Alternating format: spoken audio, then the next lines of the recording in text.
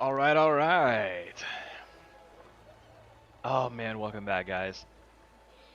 When last we saw the Trollskull 6, they returned triumphantly to the streets of Lion's Arch. They had a raucous party in celebration, and then they debriefed the Pact leadership. They talked to Traherne.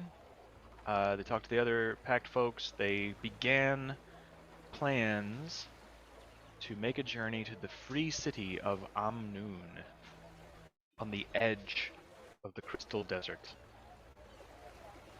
So I will say that as part of this prep over several days, as things are kind of pulled together, um, you guys are easily able to get hold of a map of that region of Tyria. You can see that there is a narrow strait between the sort of peninsular island of Or and the mainland of Tyria.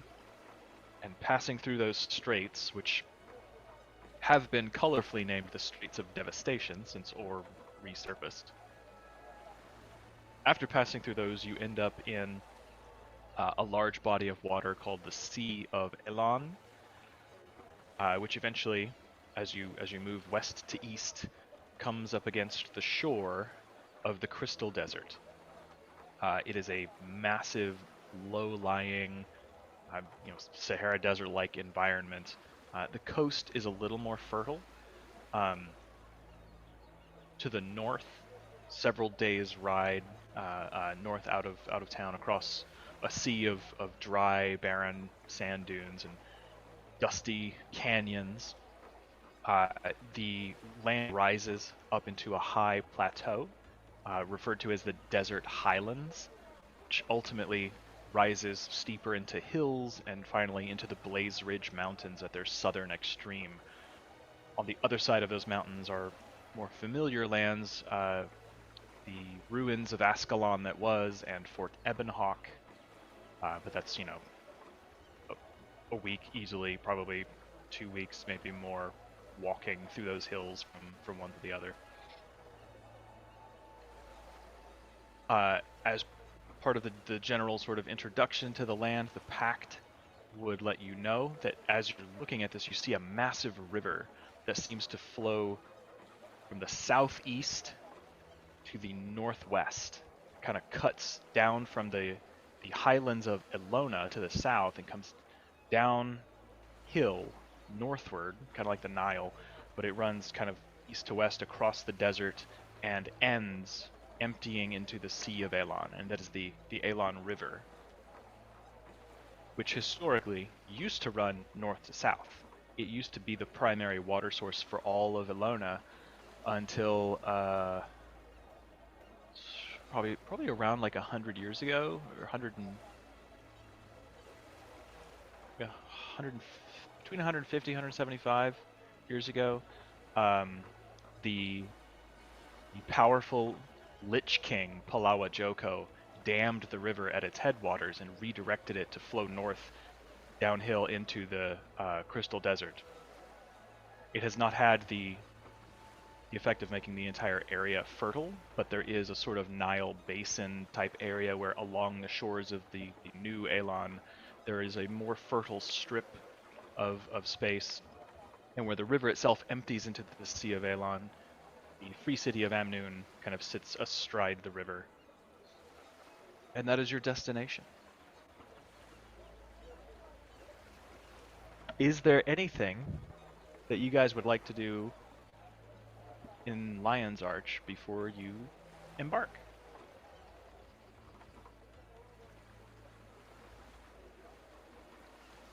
Several of you have already spoken to Zardoz and taken on a little side assignment while you are going to be in this far-off land to kind of help him establish a foothold for his business interests. And is there a gate to this place, or do we have to take like a boat? And like, is it going to be like a journey to this place? So, oh, you mean like an Asura gate, like a teleportation gate? Is there Yeah. customs? Do we have to Yeah, at check the moment, there things? is no Asura gate for fast travel. However, as part of the preparations, you learn that the Lion Guard, the city guard of Lion's Arch, and members of the Pact have kind of begun diplomatic talks with folks from Amnoon, and so they will be sending a small diplomatic delegation on one of the Pact airships, and it is upon the airship that you all will be able to travel if you choose. You have other means at your own disposal, being as powerful and capable as you are, but there is an airship going and you are welcome to ride along. Galatar, do you still have that boat? The floating boat? Yeah. Got it right here. I mean, that's one of our options. Just saying that we could have a little leisure time on the water. Yeah, we can, How big is it? No, floating boat is big enough for all of us. I don't know why I keep thinking it's like little dinghy.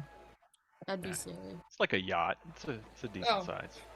That's our travel yacht to go with our travel mansion. Pretty much. But yeah. yeah, I mean, we could do that if you would prefer to take our own accommodations. It's up to you. We could do either. Leisure cruise. I think there are benefits to both. I mean, this way we can bring back whatever we want. We don't have to worry about size restrictions or like a weight problem. Couldn't we just teleport back? Or demi-plane? I mean, sometimes.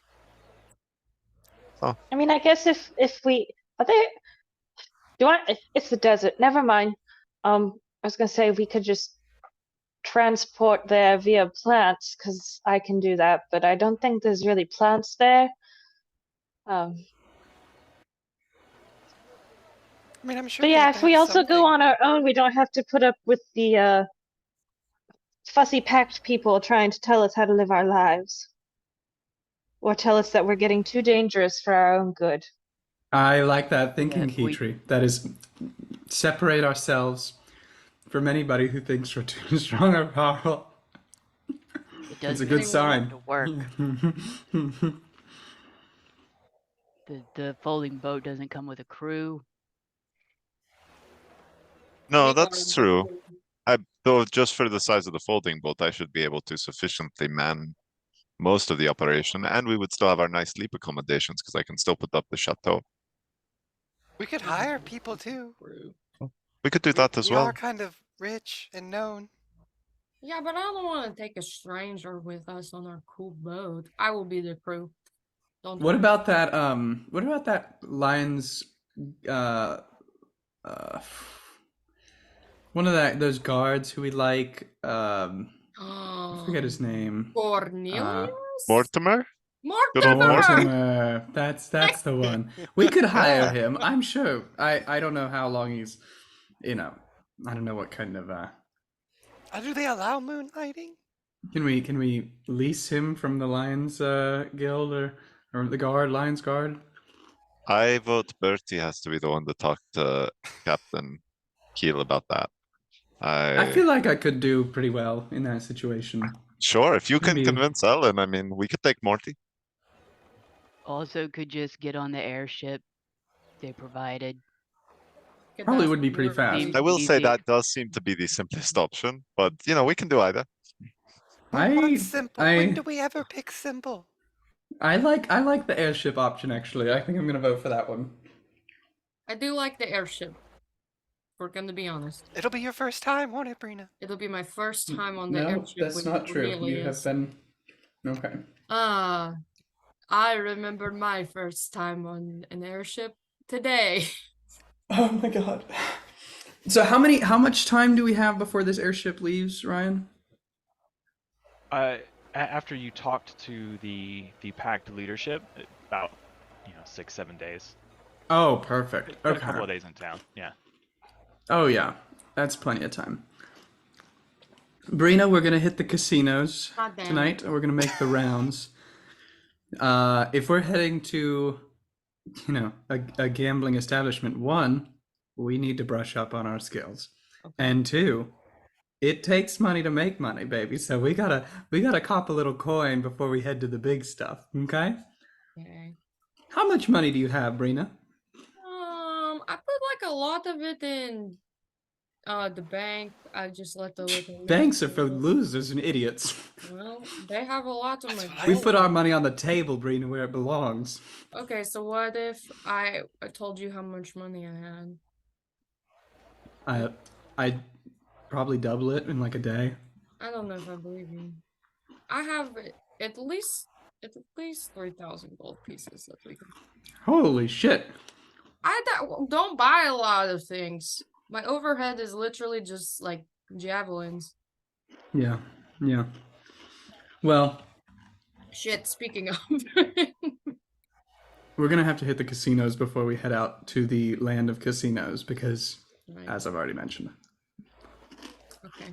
Well, I would like to go see my girlfriend for just a minute and then Sure, sure.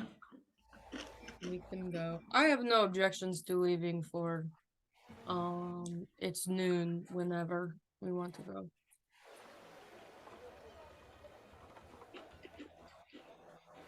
But yeah, I guess we have to go to the casino first. We'll do that tonight. Yeah. And then Bring some pocket change. tomorrow we set sails. Oh, so we have 6 days, Brina. Oh. Before the boat leaves. In What? a week we will set sails in the Okay. sky. You need to find something to do with your time, Brina. This is scary. I need a supplemental hobby. I've been too invested in work recently. It is also permitted that you rest and recover after near death and fighting 3 elder dragons for very I short don't know if I succession. can do that. Why do you think we fought 3 elder dragons in short succession? There's no downtime. Yeah. It is an underlying symptom of several mental health conditions that we are all plagued with. But we cannot stop, Ryan. If we stop, the thoughts will begin, and that's If I just keep running every day. every day. Brina goes down to the river for about 7 hours and throws rocks into the water, and nobody's asked if that's healthy. That's my hobby. Finally found it. Yay. Running That's up They that had to dredge the river. She was filling it up. She was an artificial dam had been created. Do you guys know why Ellen Keel hasn't been around for a while? She's been dealing with the city manager. Yeah. It's like a beaver dam, but just big rocks that I found. Yeah. I'll probably do that some this week too. It's easy enough for you to get an audience with Carlisle Fisher, the abbess of the Listen Cenobium. It's like to check in. It's just been a minute. That's probably where she will spend the majority of her time this week. Since she doesn't have any hobbies. Just wants to see what she's up to. Yeah, it's unusual.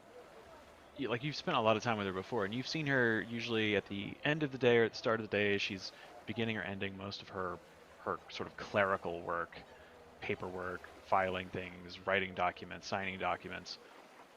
But you take a couple of days and you spend some time actually kind of shadowing her a little bit and hanging around the cenobium itself, and like you see that, like, you know a part of her that is warm and gentle and can be firm when it needs to be, like a strength that you have seen brought to bear in situations. But it strikes you that her day-to-day, like, she's not feared by the priesthood there, but she commands a deep respect of all of those acolytes. And in the cenobium itself, everything is sort of, I don't want to say relaxed and casual, but there is definitely a sort of mellow vibe. People have a very sort of low energy for the most part, as part of like a healing, recuperative energy, like you would have at a spa or something. It's not a lot of frenetic running around. But when she steps into a room, you see priests, acolytes, and even lay people who just come for like menial job, they snap to and they start doing a little bit better work, knowing that the abyss is near, and it is evident in people's reactions to her that she commands their respect. And spending a lot of time there, you realize that when you're not around, she is a very busy woman. There is a lot of paperwork that needs signed. She runs the entire Cenobium temple by herself. Like she has assistants and things that run around. Like the priests help her, but most day-to-day decisions are brought to her for final decision.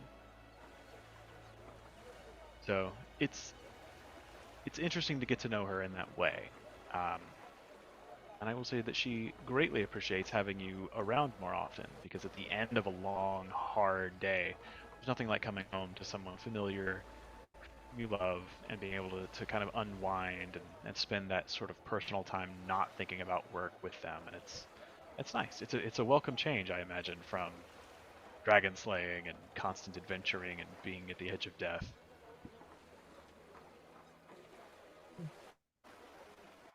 Awesome.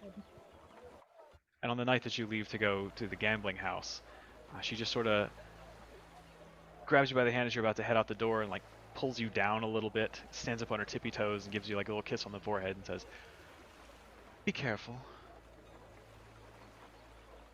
Yeah, we're probably gonna lose a bunch of money. Maybe not birthday. I'm definitely gonna lose a lot of money. We'll also be careful just in general. But yeah. We'll be back. I'm not done here. Lots of business to do. She kind of just leans forward and whispers in your ear, "I'll be here." Okay, cool. Okay, great. As you leave the door, you catch just at the edge of your hearing sort of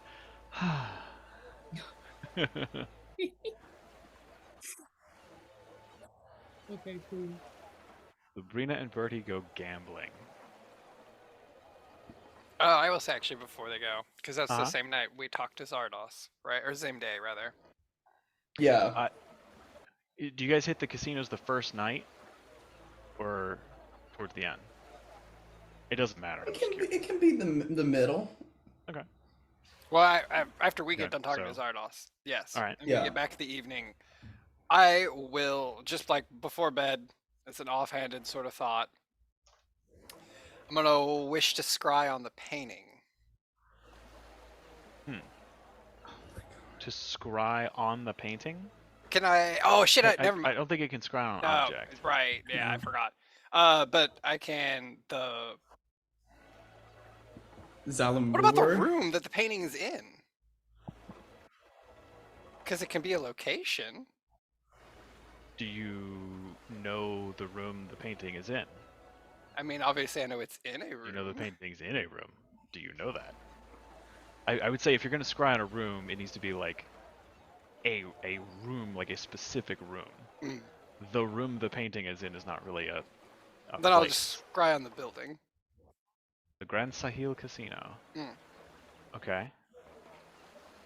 Have to refresh. I think it would just get... Well, actually, I don't know if I guess that location doesn't get a bonus. It's just a straight roll.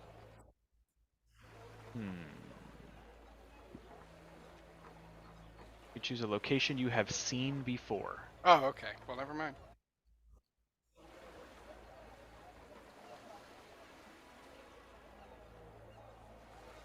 Yeah, that's a weird one because it's literally the last line of the spell. Obviously, I didn't remember it.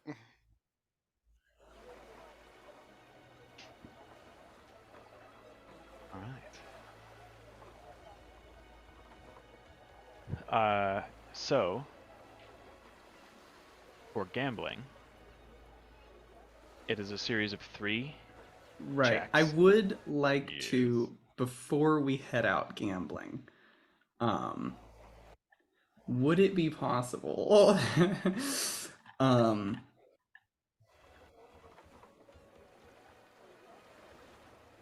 I do have a new spell I'd like to try out.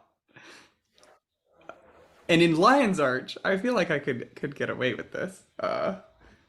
But right before we head in, I think Birdie would like, you'd see like a shower of sparks kind of come over his face as he does this, and tucks in his pockets with his cash, and he's going to cast glibness on himself.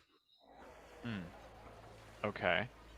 So until the spell ends, when you make a charisma check, you can replace the number you roll with a 15. It is an 8th level transmutation spell, so it is not like a pedestrian magic, as it were. And additionally, no matter what you say, magic that would determine if you're telling the truth indicates that you are being truthful. Okay. You cast this on yourself? Yeah, I do. All right. Is it, so what components does that spell have? Verbal. Just verbal. Just verbal. Okay. So You cast it like Sabrina it lasts for an hour. So, yeah. So as you guys are walking towards the gambling house, you kind of take a moment to kind of step into a little side alley, and Brina, you see Birdie mutter this arcane incantation. Birdie goes, shower of sparks. And okay. I think I'm ready. You should see like a little spark of glitter kind of like poof out from him for a second. I'm feeling Red lucky leather, now. yellow leather. Ma. Is that new glitter, or is you just do something different with your? I just think a little bit of pizzazz for tonight. Make sure we're really loaded by the time we go to the land of casinos, of the free city. I mean, God, could be great. All right. Well, I got your back in this, obviously, and if you could just also maybe tell me what I'm supposed to do, because last time I did kind of whiff it, but this time I'll whiff it less. Generally, before you throw the dice, you want to blow on them. Right. Or why? That's always been useful for me. And then if you're playing cards, you just need to make sure that yours are better than the other folks at the table. And that has really always worked for me. Okay. Right. Blow on the cards. No. Blow on the dice. Dice. Better cards. Good cards. Blow Better dice. Yes. See, they got it. All right. You got it. Yeah. All right. What could go wrong? What could go wrong? All right. Let's do it. That you guys enter. It's less of a casino and more of just like a sort of gaming parlor here, but it's for the low level. Yeah. Well, it's one of the higher end joints in Lion's Arch. Yeah. So your first check I need you guys to make is insight, a wisdom insight check, as you are reading the competition at the card tables, maybe keeping an eye out for like who would be a good partner that you might be able to take. Nice, nailed it. The 17 for me. I was a 3 on the die. I love that I rolled higher and no, there's no excuse. You have a plus 14. That's insane. Plus 14. Although I can't apply that to that glibness. It's only charisma check, I think. Yeah, insight's and wisdom.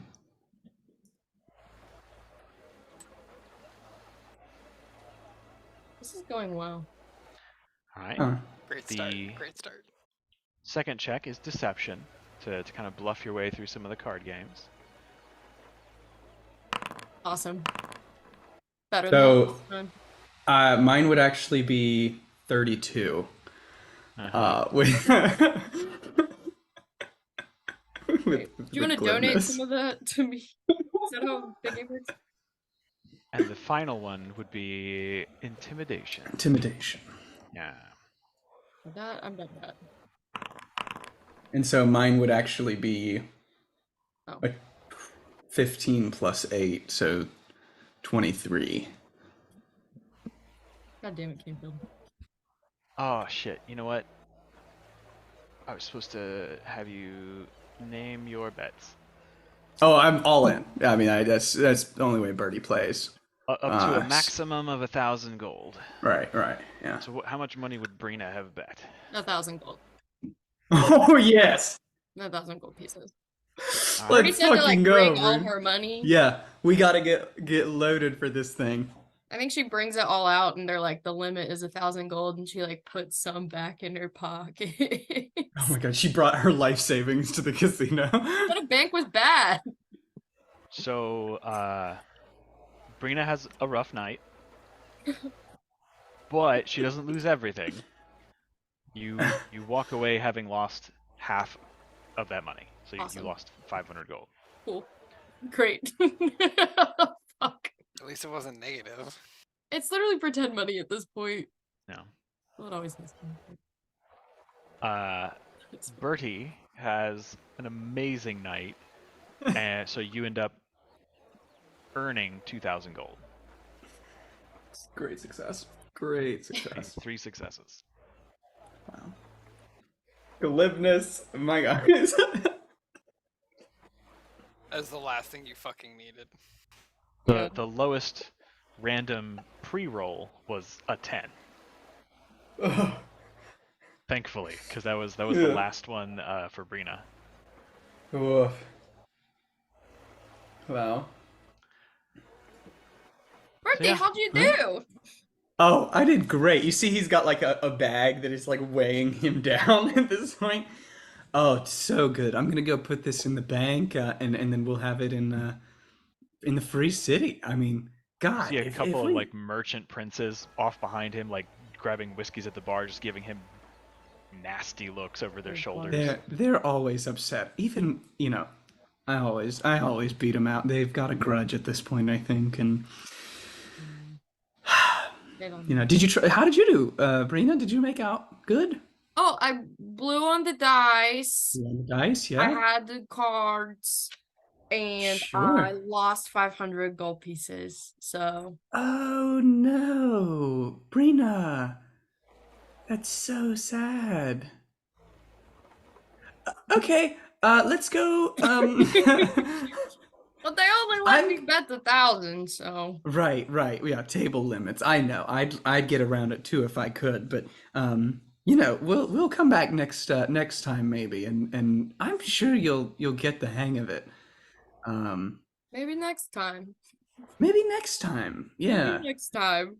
I've always found that if you wager something like personally very valuable to you, that it kind of raises the stakes, and almost out of fear you perform better.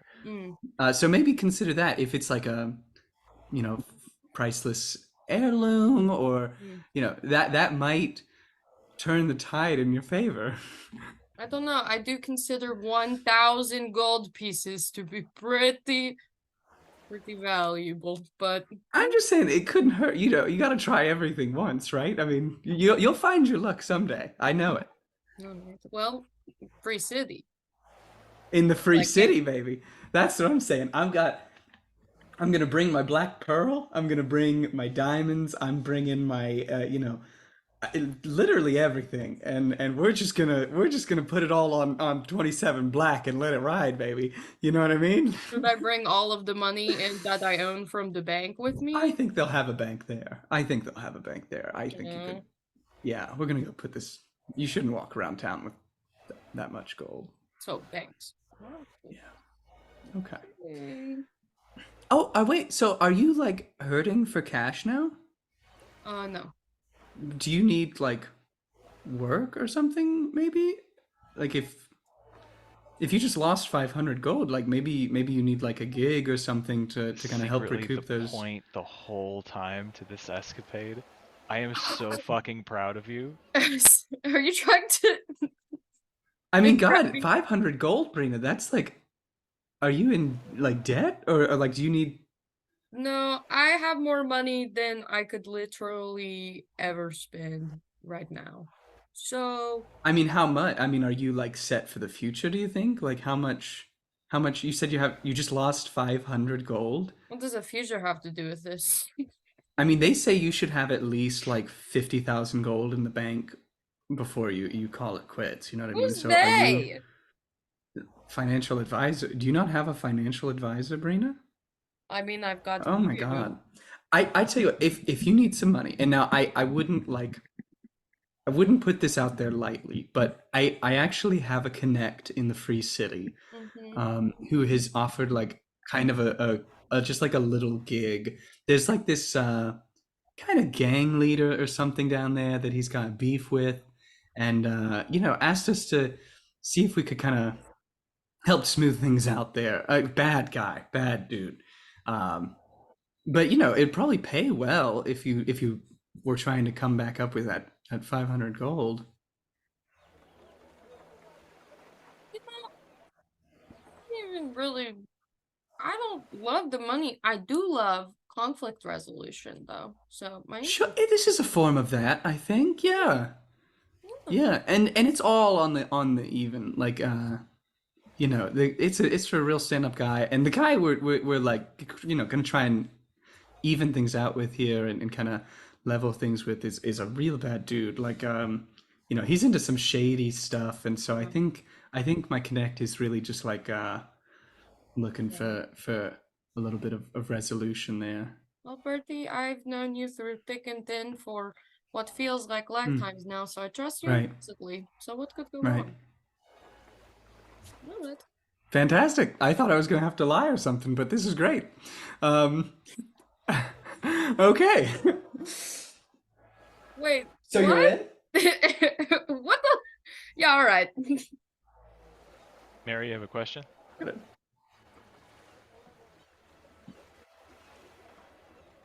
Is the question, how can he keep getting away with this? That was mine. That was my question too. Okay. Well, great. All right. So we'll count you in. I'm gonna let my connect know.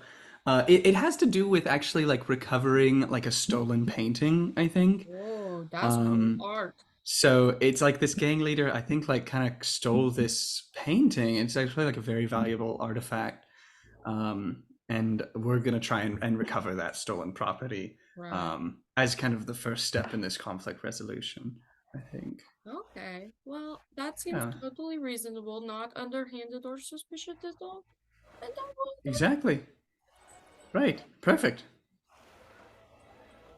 Is this like a part of defeating the dragon? Are we doing that before or after? This isn't really related to the dragons, honestly. I mean, I think it was just I was trying to help out my connect, and then when I heard how bad of a night you had at the gambling house, I thought, maybe we should cut Brina in on this because she's been struggling financially recently, and I'm just trying to throw you a bone here. I mean, if you don't want it, we can just, we'll handle it elsewhere. We can Well, if find you someone need else my for the help, job. I can help if you need my help. I mean, really, I'm helping you though. When you think about it, because you're kind of not so well off right now. Like the Kind of opposite. hit a bad patch, Like and then the I'm giving you this employment as kind of a favor, since it's like you need help fighting the bad guys, and you came to the strongest person you know. No, it's not like The that. strongest, most beautiful woman you know, and fortunately, she's willing to help. All right, you've twisted my arm, Bertie, but I'm interested. I'll take a win however I can find it. Okay, well, I'm going to the bank, and then I actually have to go talk to Joban for a bit about this gig. So we're gonna circle back. Don't tell Galatar or or Keytree right now. We're gonna smooth that over later. Okay. You can tell Kala.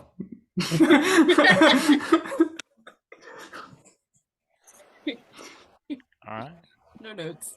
Does anyone else have anything they want to do in Lion's Arch? I got a plan B. Oh, sorry. Yeah. If Kichi, Keytree? you first. Oh, I think I can wait till we get, because Amnoon is like big fancy place, right? It's a good sized city, yeah. Okay, so I could reasonably assume that there would be like jeweler shops and fine items.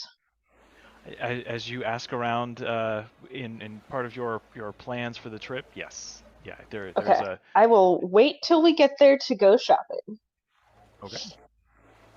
Yeah, they actually tell you that the Grand Souk the market and bazaar here in Lion's Arch was kind of designed off of the grand marketplaces of Amnoon. So, Alexa, do you have something? Yes, plan B. After a night of scrying and failing, I will get in my safe and pull out a blueprint, and I want to go see Tinker and Crane. Okay.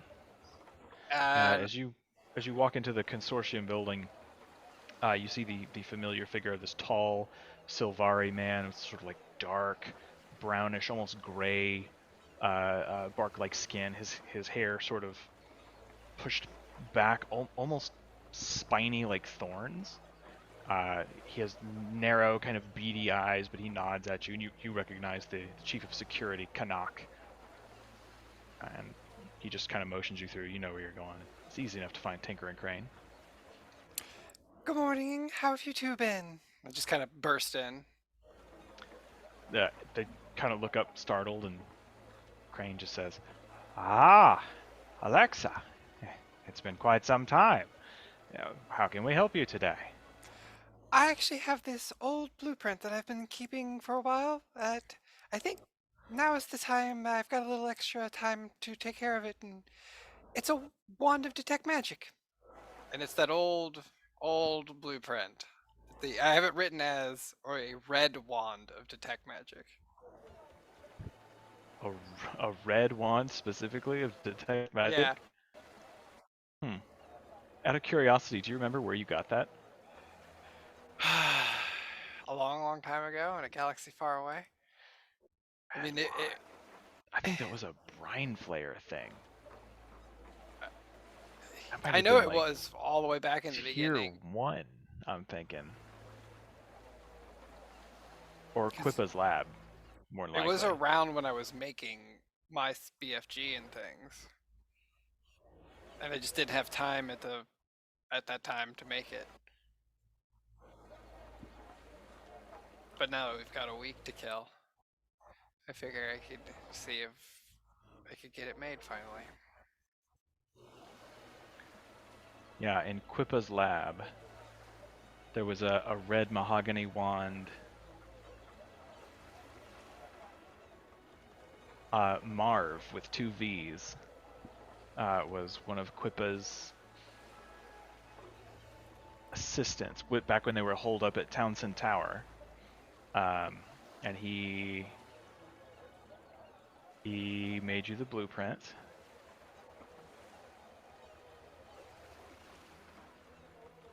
Oh yeah, I think I did find it. Yeah. So with Tinker and Crane's help, yeah, 75, 50.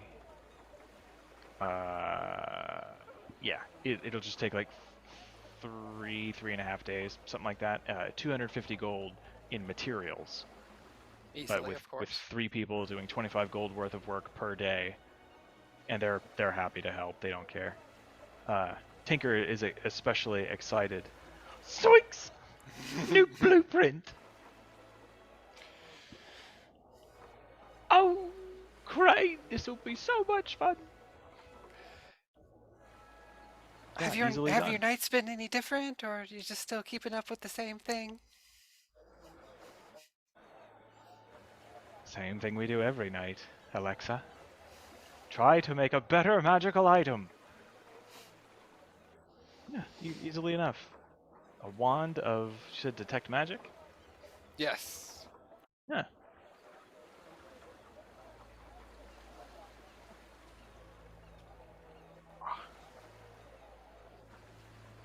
I have gotten all out of my notes. One of these days I'm going to sit down and go through all of the old quests from tier 1 and 2. I have so much shit in this notebook.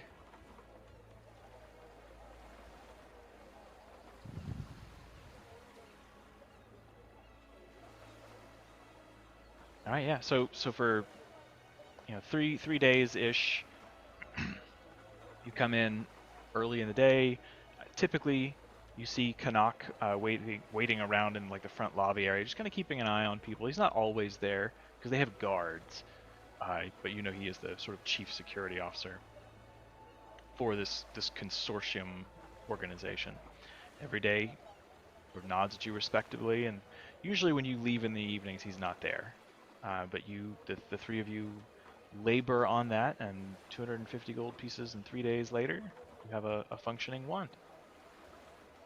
Well, thank you very much. This is going to come in handy when we have to look for lots of magical dragon things coming up soon.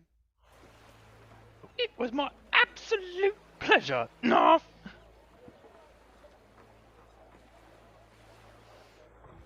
Does anyone else have something they want to do in Lion's Arch?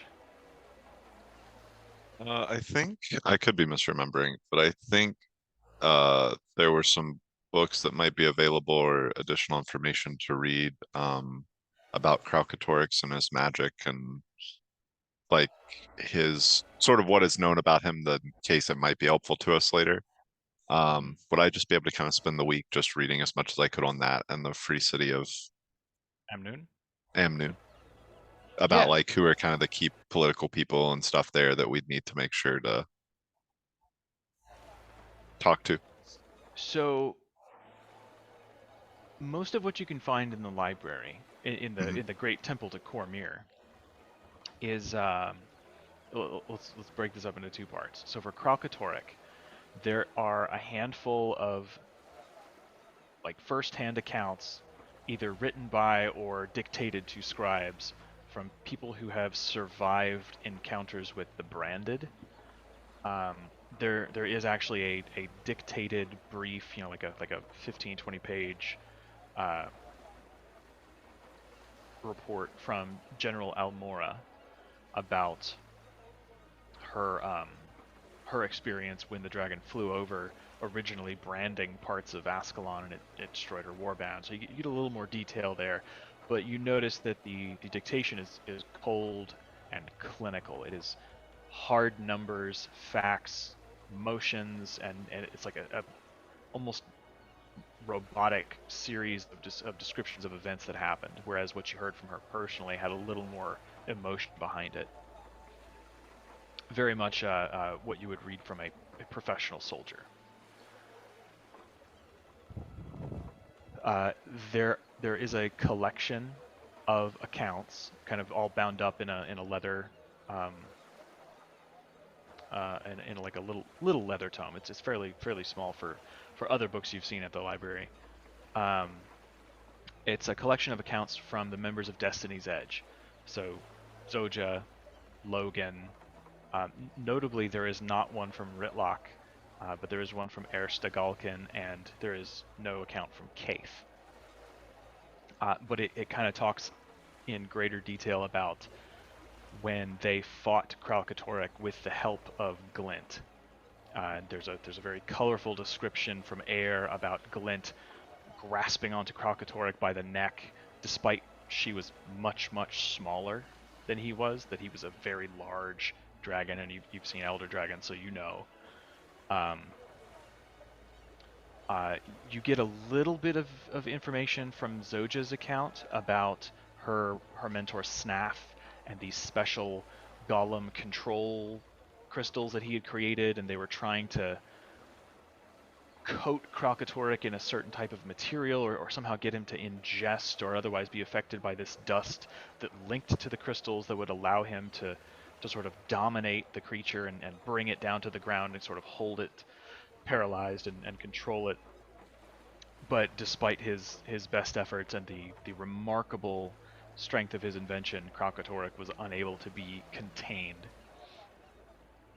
Zoja makes a note that it seemed like he was particularly resilient versus magical effects, and she was unable to confirm through experimentation, but she hypothesizes that because of its prismatic sort of crystalline nature, much like Glint, that it has some sort of innate kind of resistance or even immunity to magic of some sort. There's need for further research, definitely cited there. There are some other accounts that are brought forward ultimately about Glint herself.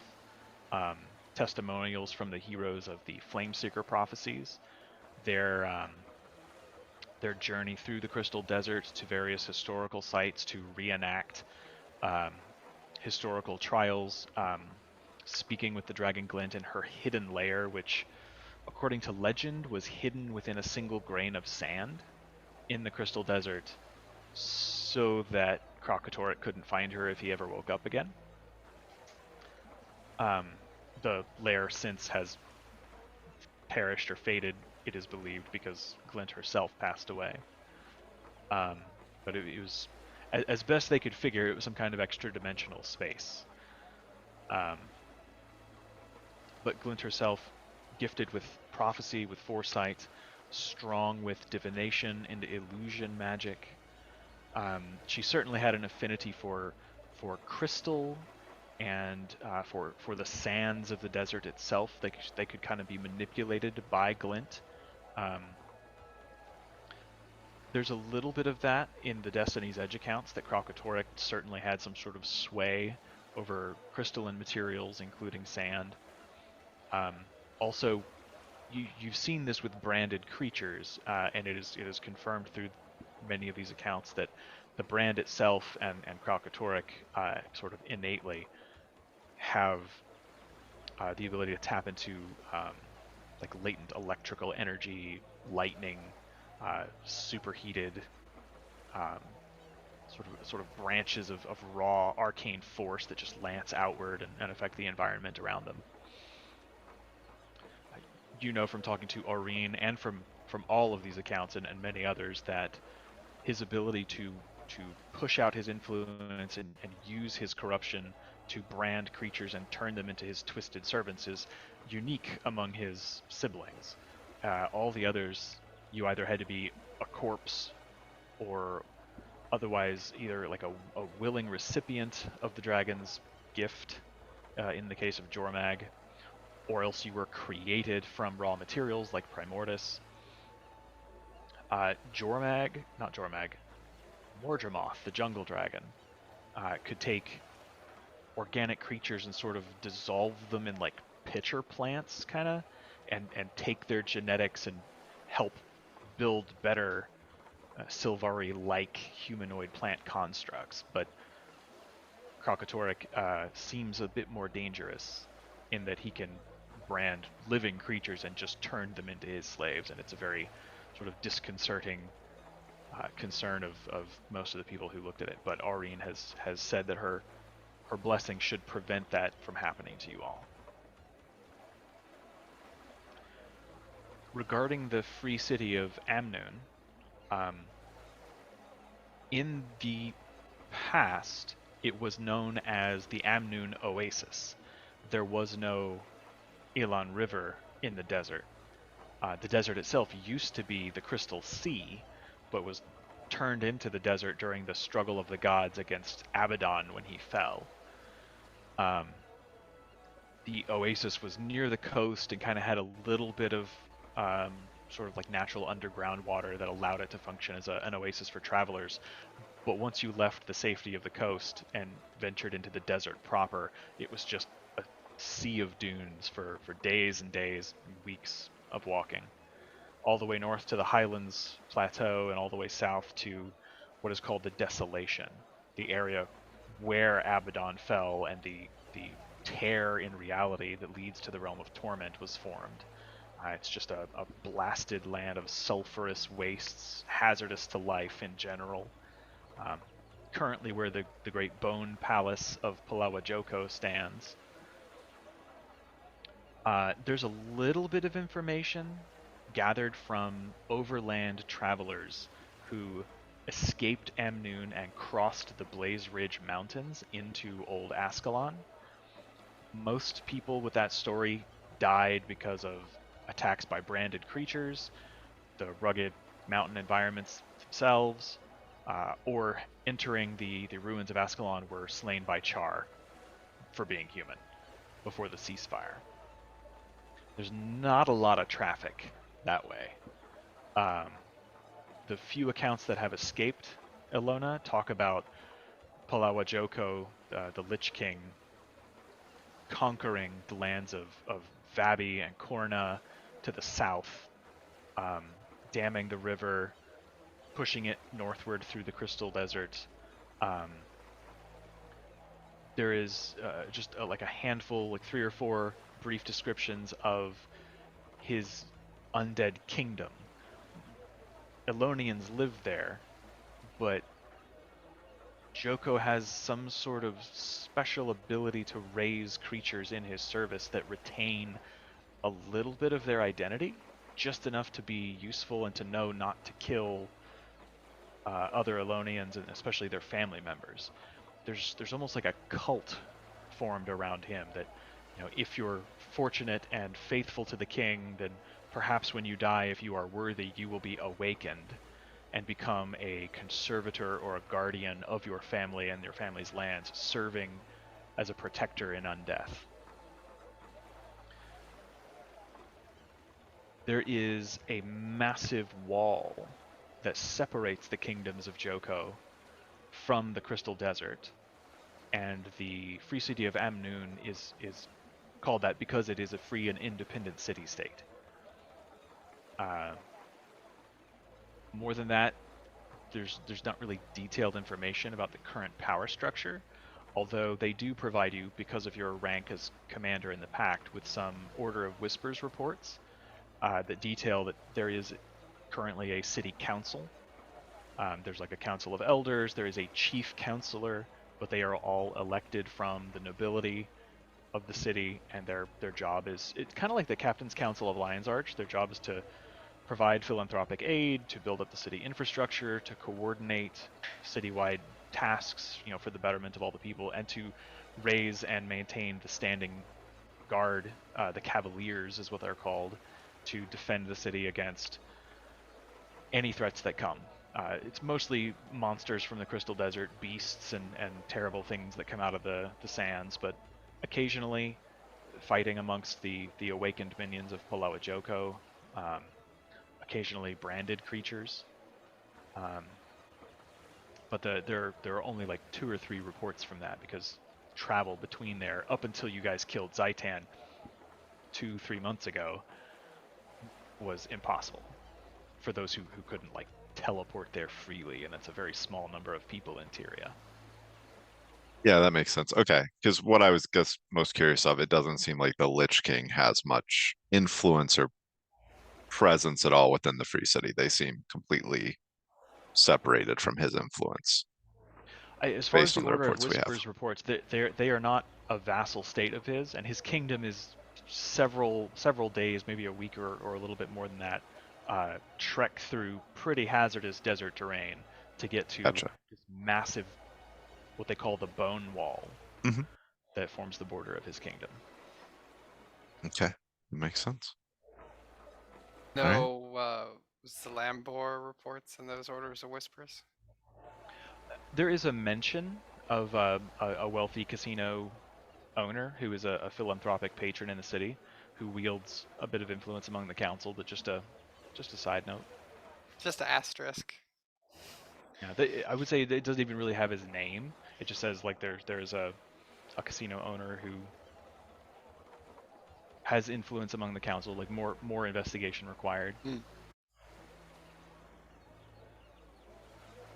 Yeah, the chief bits of information, I think, is that there is a council of leaders. There is a chief counselor among them, and the guardsmen are called the Cavaliers.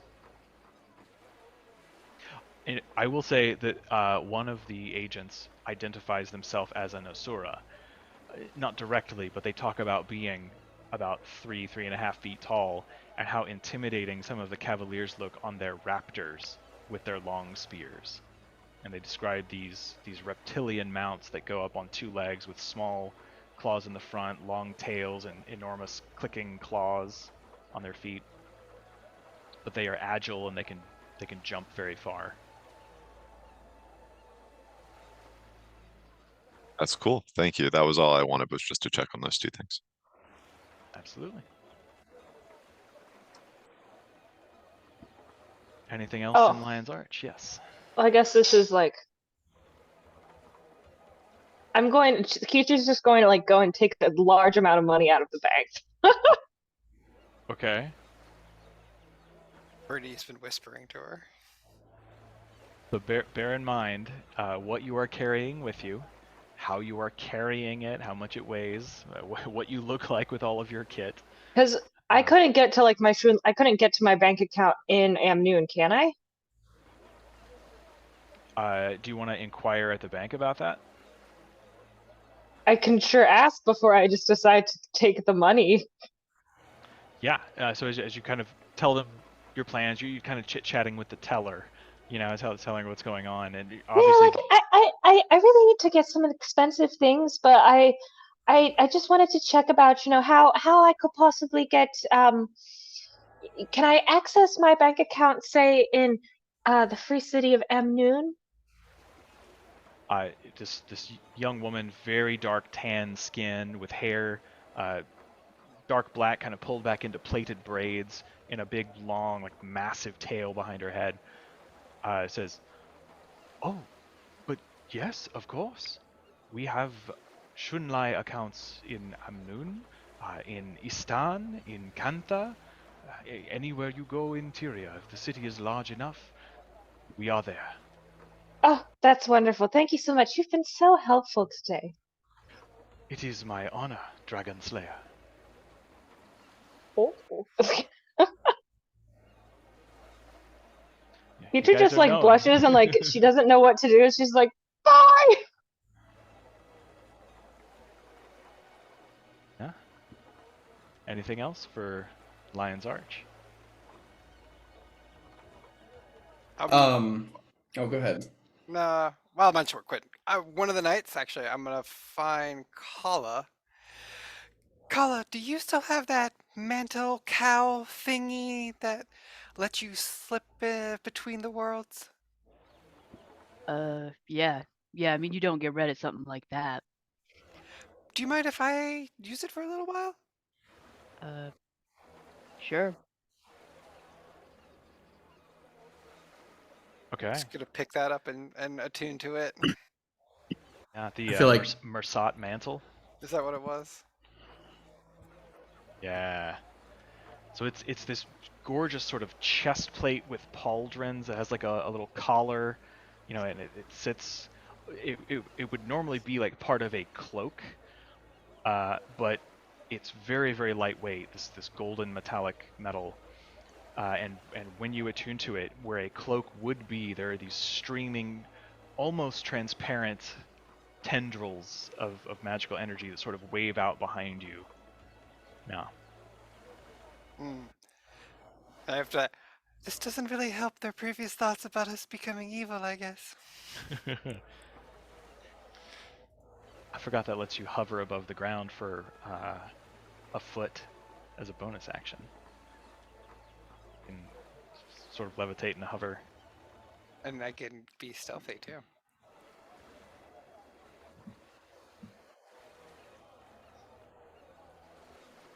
I'll say like probably that evening as well. Like maybe even when Alexa is like in the room, I think Birdie just like comes by Kala's room and like knocks on the door. Hey Kala, you want to steal a painting with us? Right.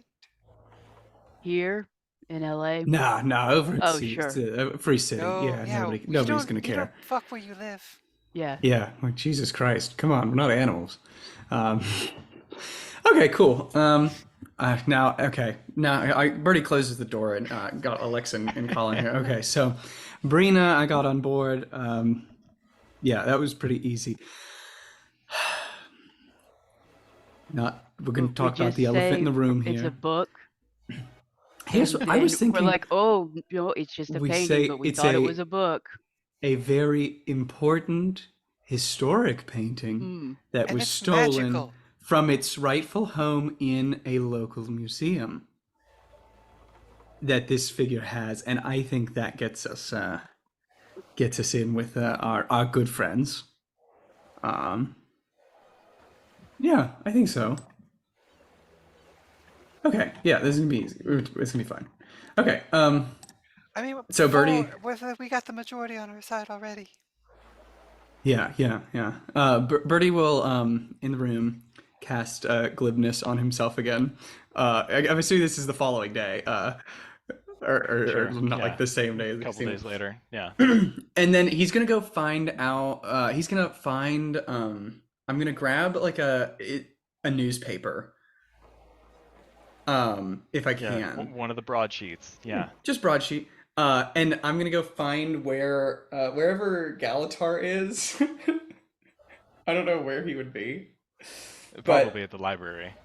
probably The at the Temple of library. Cormyr. Yeah. That's fine. He'll go over there and he'll kind of sit down like across from Galatar and post up with this broadsheet. And after a few minutes, that is terrible. Oh my gosh. And kind of quickly fold it up. Galatar, do you know what I just read? Sut. I'm glad the news is finally reporting on this. I actually, Joban got in touch with me about this, that apparently a painting has been stolen. A very valuable painting from one of the local museums nearby. Can you believe that? In Oh, which one? Evanhawk, as a matter of fact. I don't know the painting. It's apparently of some. Oh no, I'm sorry. It's not from. It's actually from. Where are you from again? What's that place called? Divinity's Reach. That's the one. Divinity's Reach. It's from Divinity's Reach. It's apparently of some like brother of a king or Wait, some. did you think I was from the same city as you for a moment? No. I was. I'm a little drunk. Oh, okay. Well, that makes sense. It is like 10 a.m. I was gonna say it's like 10:30 in the morning. Yeah, at the library. Yeah.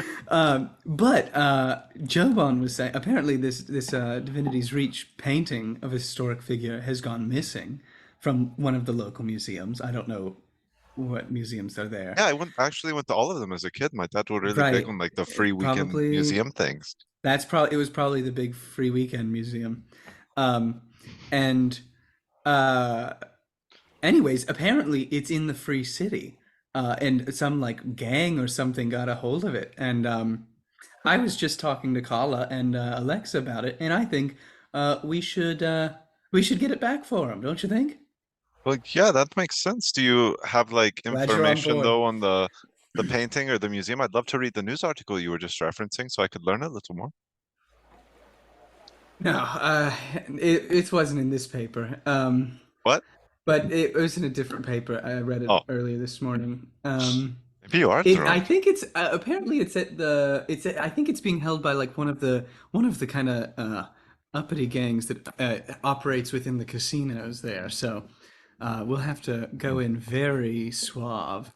Yeah, there wasn't anything in the Order of the Whispers reports about that, but I mean, I guess they it's probably don't apparently have a great deal of information. Right, and you know, who knows? Who knows? It's very mysterious, but It's true. okay. Well, I'm How gonna. did they? count- Did the report say anything about like theories on how they got the painting from Oh, it's very Divinity's Reach devious to somewhere stuff, that yeah. has not been Teleportation. accessible, really? Oh, Teleportation. so it was a outright. high-level wizard or something like that that participated. probably. I would. I mean, probably. And where there are wizards, there are books. So, Yeah, I think we actually. I don't know. We We've can got what, a couple requisition days some of before those. we leave. I've been meaning to go back to Divinity's Reach anyway. I want to catch up with Roland before we left. I could stop by the museum, see if they have any details or information that I could use to help us. Maybe get a picture of the painting so we know what to look for. And what is a picture? well, because somebody's like made people a painting of this painting. Well, yeah, because What the people fuck? make forgeries of things. They have to have like good record keeping of how to detect forgeries and stuff. Who's to say? You can, if you want to spend your time that way, that's fine. Sure. I wouldn't recommend it. And you said it was the museum that does the big free weekends. Yeah, probably. Okay, I'll ask if I can. I really not sure if I will have It time might to have at been that least. one, but now that it's I'm gonna be in not, town. now I don't quite recall if that was the museum. Could be a different Oh, one. okay. You said you're from where again?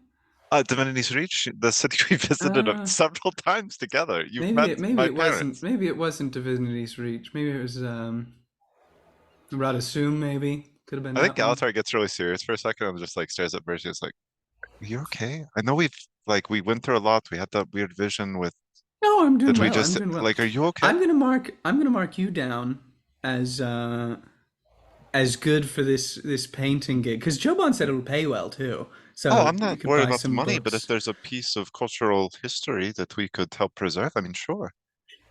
Yeah, that's a good way of thinking about it, I think, for you. And we'll go with that for now. And I think that is good, just so you're kind of aware of the plan. Okay? Yeah, thanks for the heads up. I wouldn't worry about it. Do you think And we'll Joban's let you free? know I when could we also need you. check with No, Joban. he's not. He's not. Okay. He's not. But Okay. he'll let you know. Sure. We'll Yeah. let you know if we need you on this one. Because Okay. Alexa and I and honestly, Carla might be. We could honestly probably just get Carla in there and get it back. I don't even think we'd need to do anything. But Yeah, I I don't mean, know.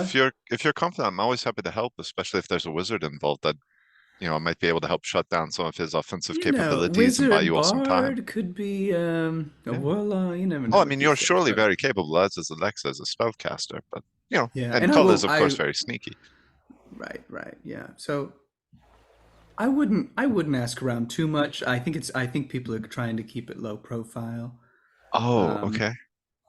I think it's a bit embarrassing for the free weekend museum. Um, Yeah. so maybe we just kind of handle this and not make a big deal of it and kind of keep our trap shut and do what we do best. Yeah.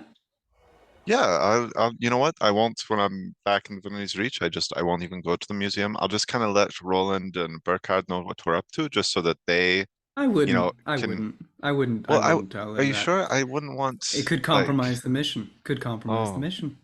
Yeah, okay, we're not gonna. Yeah, so I would sure. do absolutely nothing other than have this information in your brain for when we need it. Okay? Okay, painting taken from museum, probably the free weekend one, maybe not from Divinity's Reach though. Yeah, that's the best information I have right now. But it's important to someone, and that's what matters. And I'm sure some nerd somewhere misses it dearly. Well, yeah, I mean, it sounds like a significant piece of cultural heritage. Sure. Yeah. Could be. Probably to someone. Okay, Erwin, it's sure. magical. Oh, and it's magic, so it's even cooler. Wait, what? But It's a magical bye, thing? Galatar.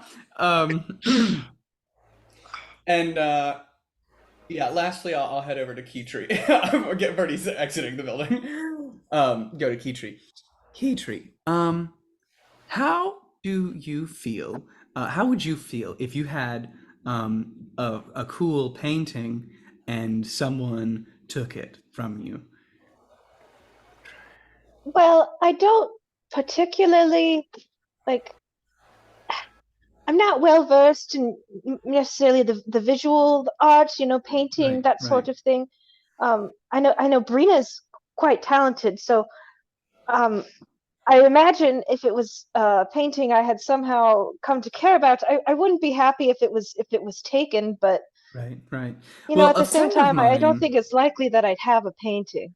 Right, but a friend of mine recently had a painting of theirs taken, and he thinks it was taken to the Free City. Would you be willing to help That's us get that quite back for him? a coincidence. I know. Keecher's gonna make an insight check. She wants to see if Birdie's lying to her. Yeah, go ahead Okay. and roll insight. And Birdie can roll deception. That's a high roll. I rolled a 32. I'm telling the truth here. Yeah. It is crazy coincidence, but he heard that we were going to the Free City, and he was like, oh, there's a painting over there that I somebody took from me. And I was like, oh my gosh, we'll help you get it back. And so if you want to help out with that, you're more than welcome to. If you don't want to, because it's going to be pretty low key. How are we supposed to get the painting back? Would this be like, a diplomatic situation? We need to, go ask someone. We're gonna ask for the painting back, maybe buy it back from them. Or is this more of like a? I think some fairly nasty people took it. So I think my plan is to just kind of make it disappear.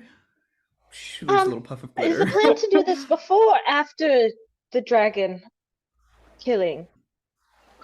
Whenever it comes I just up, don't really, want to, get in trouble with the law before we have to go do the thing that nobody's we've gonna find literally out. been set out to Yeah. do for like No. months and Nobody's probably gonna find out. a lifetime now.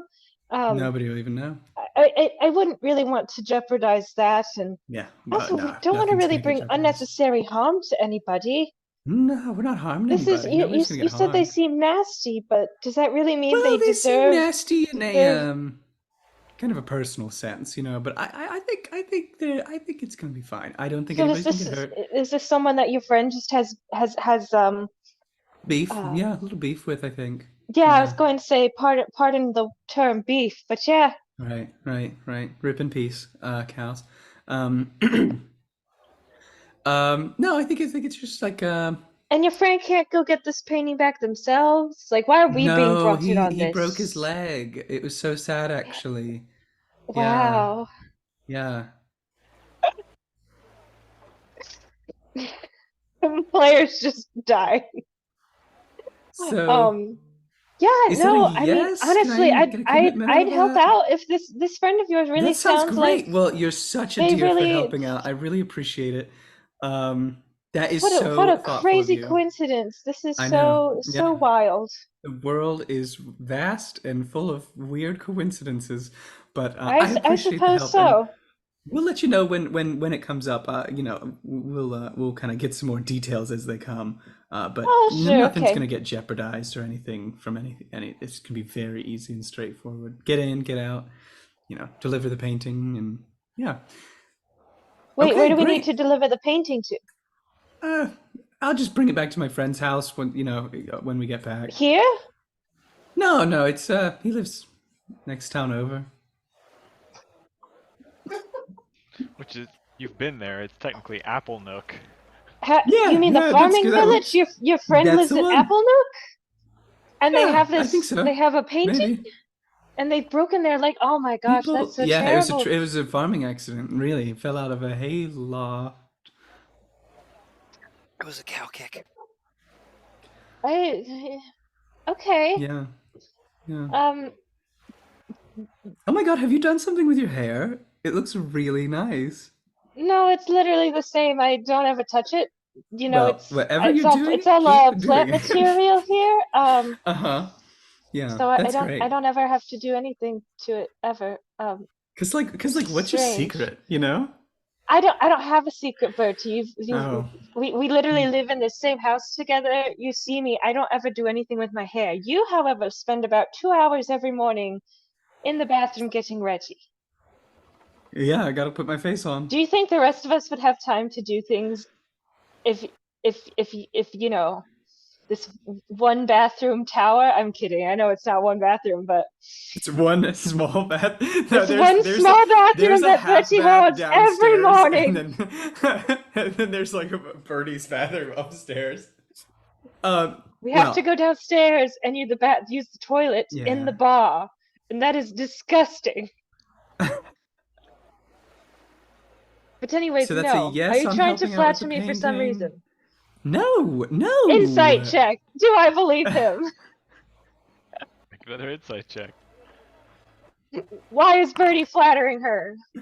It's 34 for me. Jesus Christ. Never mind. All right. It Well, was 17 plus 17. I guess I just caught you in a good mood then today. All right. I'm sorry. I'm gonna go back to my gardening.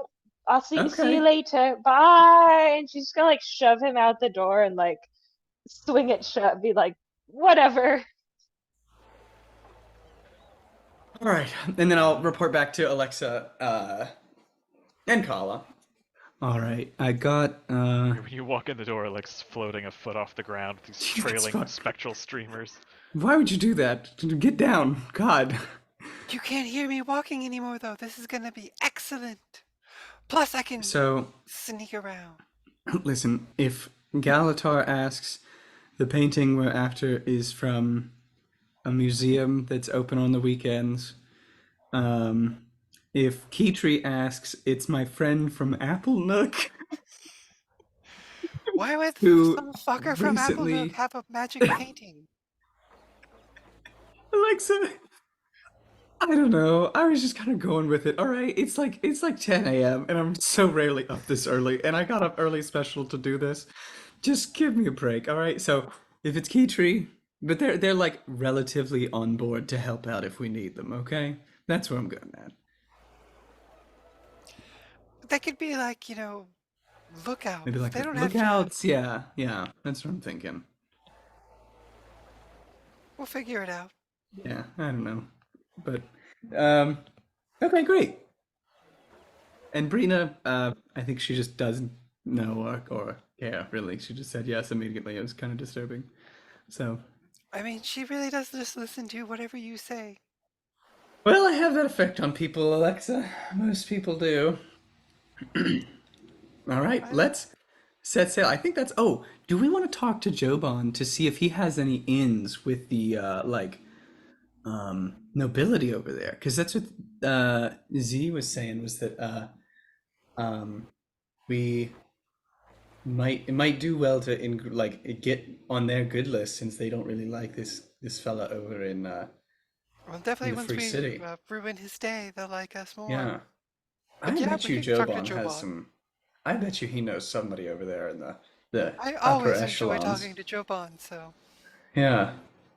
Okay. Yeah. Let's go talk to Joban about this. In the interest of keeping things moving, Yeah. you guys can get in to see Joban. He's a merchant prince, but you know where he lives, and his major domo shows you to the sitting room, where after a couple of minutes he comes waltzing out of what looks like maybe a back office wearing the equivalent of like a silk smoking jacket. Delicious.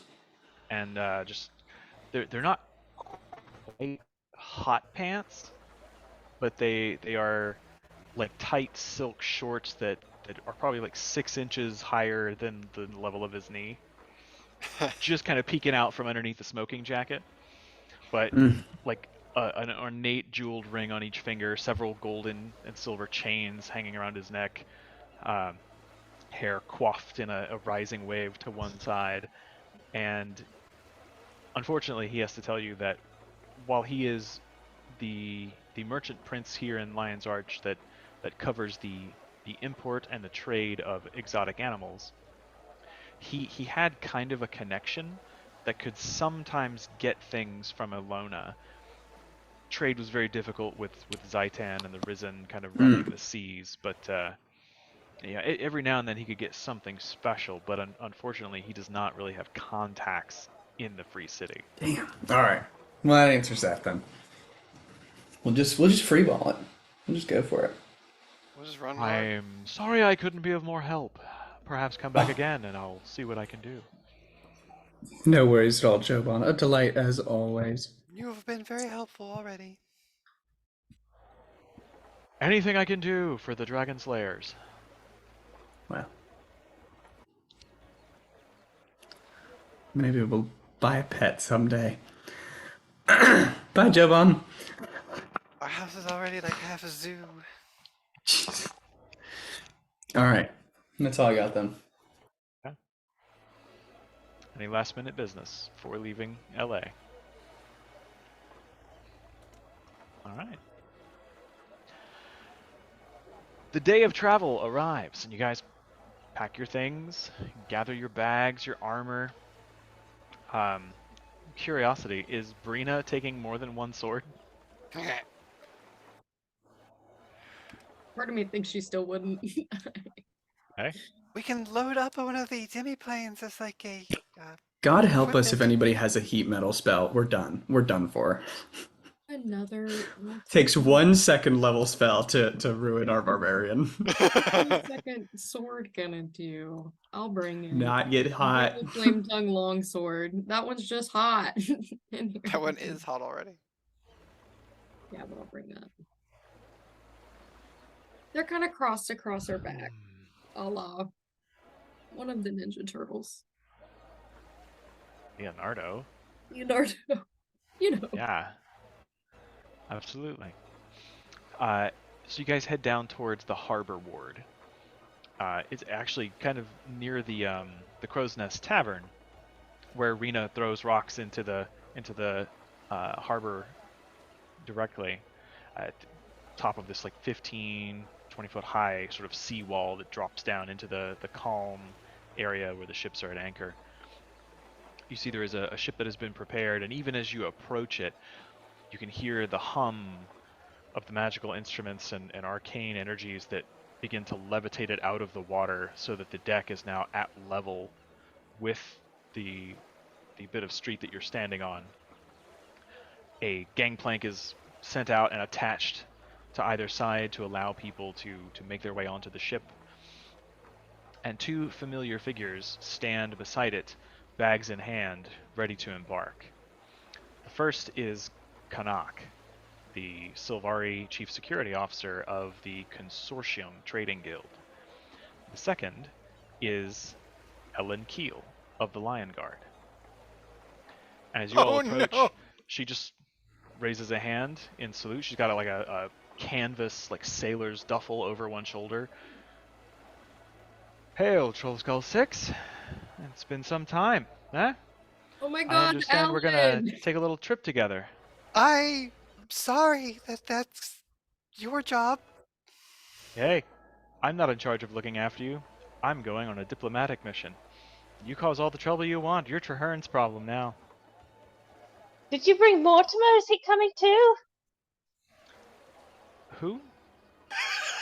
Oh God. Yeah. Right answer. Oh, He's you on the know, beloved NPCs list. He's he like a he messenger. he works for you. He's Oh, really quite lovely. honey, a lot of people work for me. There are He's literally thousands of like Lion Guard. your assistant.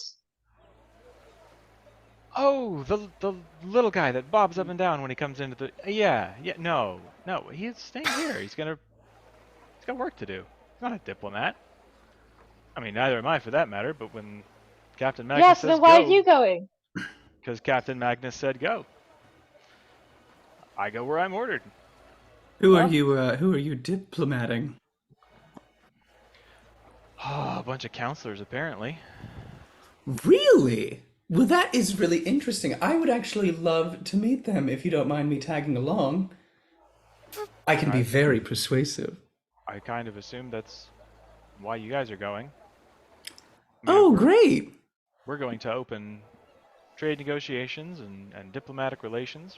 Me on behalf of the Lion Guard. I don't know if you guys have met. This is Mr. Kanich, and the other guy just his bag sitting idly on the floor, his arms crossed. He is wearing what looks like studded leather armor, armed crossed. He's just sort of looking out at the ship, and at that he turns very quickly and says, "It's Kanak.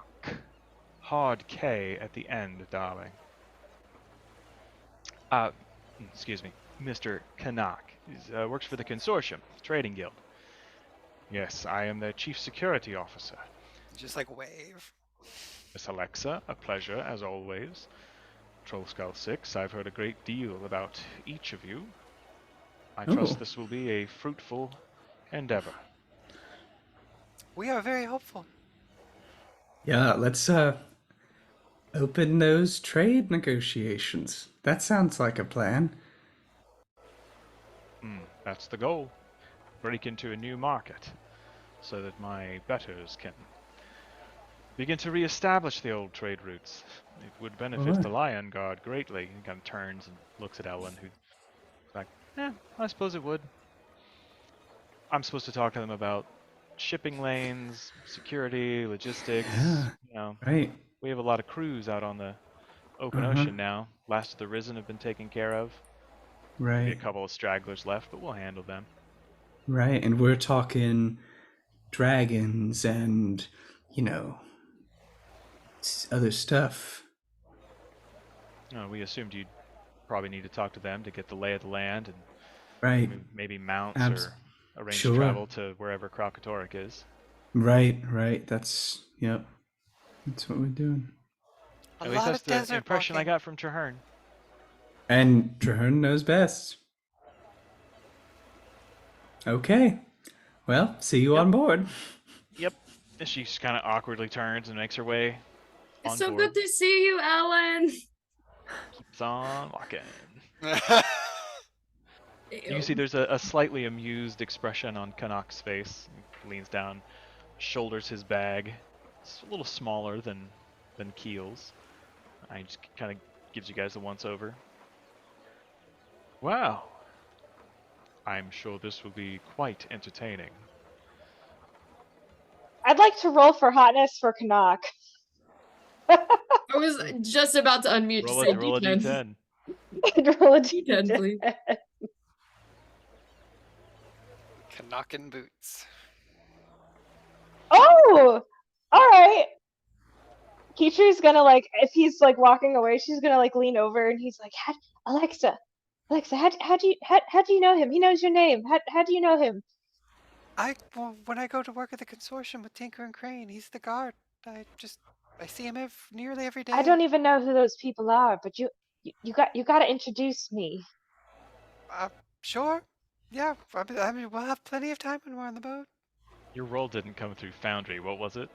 A 9. Daddy Kanak looking pretty tight in that that studded leather armor. You see that like he's not bulky. He's not like a weightlifter or like a heavy hammer wielding warrior, but he's not really like a lightweight blade dancer either. He's fairly fit. He looks like a runner, someone who has experience in battle for sure. You can kind of make sense why he's a chief security officer. But more than that, like his eyes are kind of thin. I don't want to say they're slanted, but they're very kind of narrow. And some might describe the pupil as beady, but it's more like focused. You see as he is shifting his gaze that he is taking note and cataloging everything. You can see he has a very orderly mind. Absolutely, Kichi. We'll have plenty of time. How long are we supposed to be on this boat with Ellen, though? How long is this trip? So normally, it would take like the better part of a month, but flying through the air, it's just gonna take 5-6 days. We're gonna be here for a week. It'll be some boat time in the air. I feel like this is a good opportunity for us to reopen our friendship with Ellen, and I'm just... She's gonna throw someone off the boat. I Maybe kind of hope they gave her herself. private quarters. Yeah, I don't know that we can reopen a friendship with somebody that doesn't like us. Mm. Man, she just hasn't gotten to know us under the right I think she circumstances. knows I think us she pretty got to well. know us, and that's the problem. I think were the correct circumstances. Maybe not the best ones for us. Are we the bad guys? Are we? With the law office of the Lions Guard, maybe. I mean, she didn't know who Mortimer was, though. So, like, I know she manages That- a lot of people, but That was an affront to that hardworking man. We did do a lot of crime. A lot of crime back in the day. Someone got whipped in public and now is a hero. Yeah, that's Bertie. I feel like he's his own special case.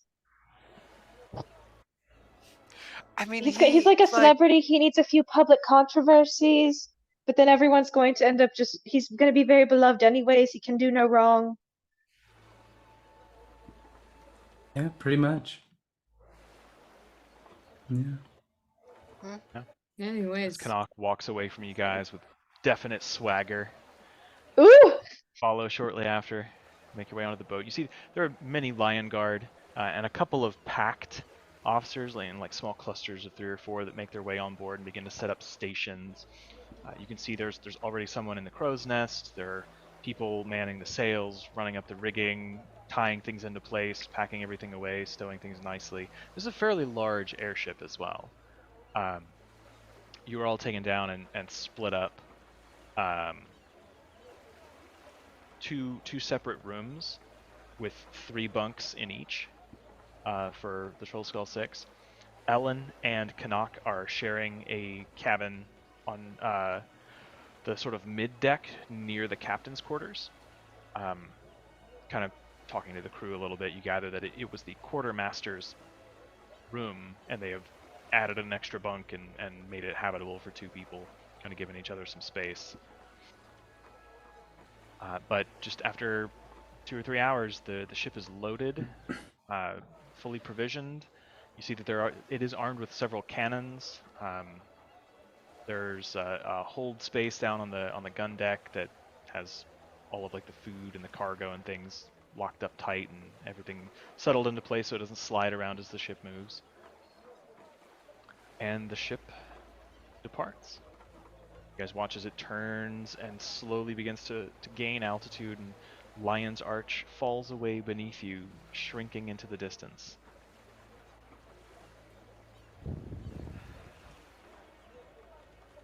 First day, afternoon, passes without incident. It is a calm, cool evening. This high above the sea, the air is a little chilly, the wind is pretty strong, but it is clear. The stars are out and there's not a lot of ambient city light, so it's even more kind of dazzling with how prominent the constellations are.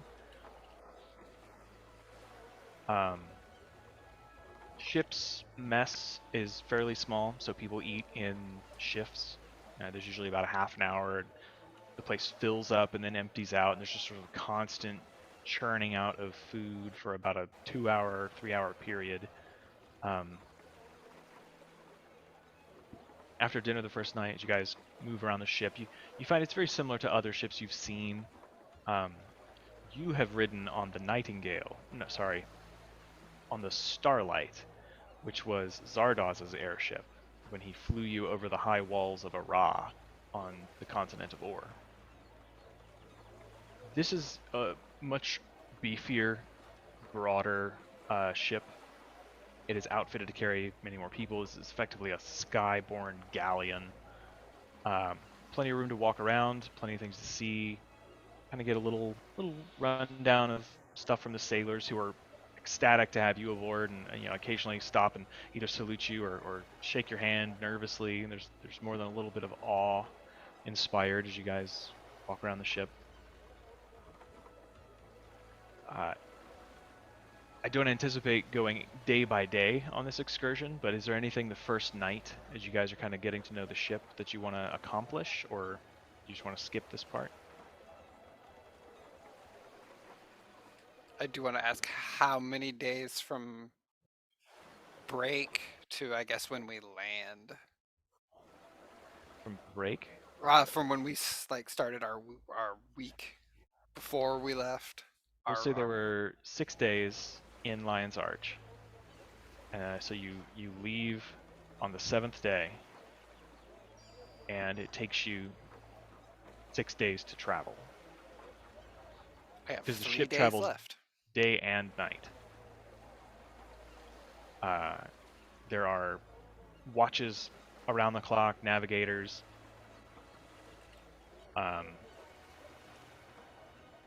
The captain spends most of the time in his quarters with charts, navigating.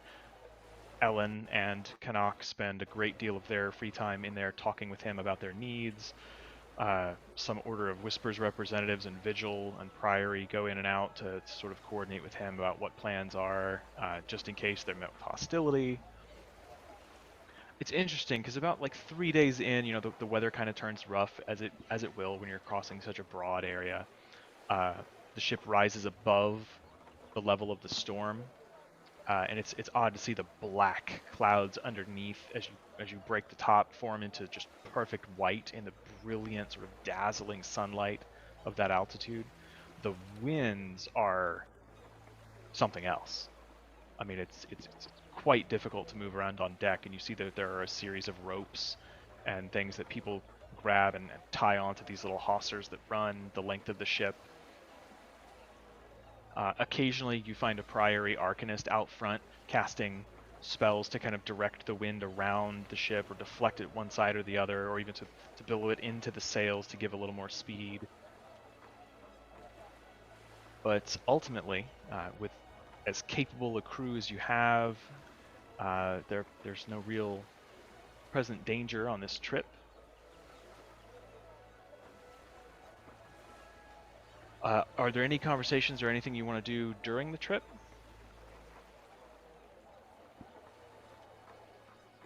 That was a Science perfectly takes valid answer. over, and I have to find out what happens if I stand like at the front of the ship, as far like Titanic style as I can get, and I use the mantle to pop etherealness. Do I start flying backwards and the ship is leaving me?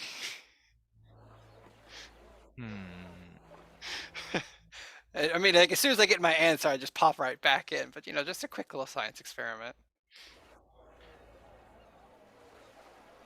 I will say until it becomes a problem that breaks my game, yeah, you shift into the ethereal where your mind can move you in any three-dimensional way, and the ship is just continuing. You watch as it kind of slowly moves past you, and then very quickly pop back out so you're not left behind in midair. Yeah. Which I mean, that's true. all of the sailors around you are just like, whoa, and then you reappear and ah! little bit startling for folks who are not used to that or expecting it, but yeah. Oh, it's just some quick little magical experiment decided to test that, yes, I don't stay with the ship. You guys notice over the next couple of days, periodically you'll see Alexa walk by and a group of sailors will like lean together and start whispering darkly and kind of gesturing towards her. They seem to be a little on edge, and it goes away after a couple of days. Yeah, ultimately, you see the landmass of ore far off to the south of you. You can see the shape of these relatively narrow straits underneath you. A thick expanse of humid, jungly land to the east, bordered by steep, green, sort of tree-covered mountains, and then beyond those, even higher peaks still, as the southern spur of the Shiver Peaks turns into a range called the Steam Spurs, and you see there are a couple of volcanic peaks that sort of hiss steam almost constantly, surrounded by white snow-capped mountains around them. Occasionally, as you sort of dip lower towards the sea to get a little bit more favorable winds and to get out of the cold, you see more exotic birds, like parrots and more brightly colored southern birds will fly near the ship and occasionally land on some of the gunwales, just kind of taking a rest or looking curiously at you before screeching and turning around and diving off back towards the jungle floor. The shores of Ore are all still pretty gray and barren. You can kind of see from this height patterning that sort of resembles like a coral reef where these large formations have grown over centuries of it being submerged. But you can see here and there flecks of green as Traherne's ritual to cleanse Ore has succeeded, and things are now starting life once more, gaining a foothold, things starting to grow. Ultimately, you pass that land and leave it behind, and below you stretches out this shimmering sea, the Sea of Elon. Follow the steam spurs as they bend around from running southward towards running eastward. You turn east with them, kind of staying within sight of the shore, until ultimately you find stretching out in front of you eastward just this vast expanse, like the picture behind me, just brownish yellow sand stretching on and on into the distance. Every now and then, closer to the shore, pockmarked with little clusters of greenery. And you begin to turn south and follow the edge of that coastline southward, until finally, on the final day, you see this shimmering ribbon of water stretching through the sand and emptying out into the sea below. You see the color difference where that fresh water intermingles with the salt. And there at that juncture, this relatively large city, it's about the same size as Lion's Arch, you gather as you kind of descend towards it closer. The free city of Amnoon, dominated mostly by three large ziggurat-style, like sort of semi-pyramid structures that look to be tiered. It's not quite a step pyramid, but but more of a sort of gradual ziggurat with terraces at different levels, flat on top, and on the top of each one is a sort of green space, and you kind of see the shimmer of water on fountains and the greenery of thick, sort of dense gardens draped over stone archways and trellises. You can see a cluster of docks in a long harbor that sort of runs along the coast, but the city itself is bordered by a dark tan sandstone wall that rings it on all four sides. The region from the west wall to the coast, where the harbor is just filled, just packed with brilliant white and brightly multicolored tents. There are, as you dip a little closer, market stalls aplenty, just hundreds and hundreds of these things just sort of crammed in outside the city walls. And the closer you get to the water, you can start to make out more details of the city, that there are mostly sort of square, almost like Adobe style mud clay brick buildings, flat roofed with the wooden beams kind of sticking out a little bit. Kind of think like Aladdin's Agrabah, sort of for the aesthetic, like the downtown part, not the castle. There are palm trees, there are parrots and brightly colored birds. There's the constant sort of hum of dragonflies and other insects. There is a cacophony of sound as there are just a sea of people milling about in the bright morning sunlight. It's about 10 o'clock in the morning when you land. So Birdie's hammered, in other words. With a soft splash, the ship lowers itself into the water, and you feel once again the rocking motion of the waves as the ship begins to pull into the harbor and make berth at one of the long docks. You see there are a couple of workers there who are kind of curiously scratching their heads and pointing, and some people have clustered around and are gesturing at your ship and oohing and awing, and there are little groups of children kind of chasing each other that stop and all sort of run to the edges of the shore and to the nearby quays to sit and watch you guys. Some of the workers on the docks nearest you are a little less impressed. They're standing there with coils of rope at their side, just sort of arms akimbo on their hips, waiting. And as the ship pulls in close, they just grab them and matter-of-factly sort of chuck them over the rails like this is all perfectly normal. Just another ship coming in. You watch the lion guards, very comfortable. This is sort of natural to their experience. Grab the ropes, very quickly fasten them to the cleats on the side of the ship. As the ship is fastened into place and the gangplank lowered. Canuck, already waiting near at hand, shortly joined by Ellen Keel, who comes out and takes a long sort of stretch. You notice they are not carrying their bags. They're canvas sacks or satchels. She stretches and says, well, good morning. This is going to be an eventful day, I'm sure. Do you lot want to make your own way in, or would you like to accompany Canuck and myself? I think we're going to go ahead and get started as soon as we can. You should probably go without us. I feel like that's best. What? Doing See diplomatic stuff, No, we need to talk. Make a good impression. Kala. Yeah, Kala's probably right. Could I have a word, Kala, please? I bend way down. We need to talk to these people to get on their good side to get the painting. So maybe we should go with them. You don't think we're just gonna embarrass Keel? I've never been embarrassed before. No, we'd love to come with. I think it would be great. As long as it's out of this hot. Oh, it's hot. It is quite warm and not humid. It is a dry heat. So in the shade, it's actually not terrible. But as soon as you step into the sun, it is baking. And you can see the effect as all the people in the nearby market are very dark of skin, with dark brown hair, dark eyes. I feel all of the moisture leaving my body. Alan just turns to you and says, well, stay hydrated. You ready, Canuck? And he says, I see we've made progress. Yes, by all means, milady. And gestures towards the gangplank. She's kind of cocks her head and starts making her way down. Is everybody in this town human? As you kind of look around and gaze through the market, everyone seems to be. Okay.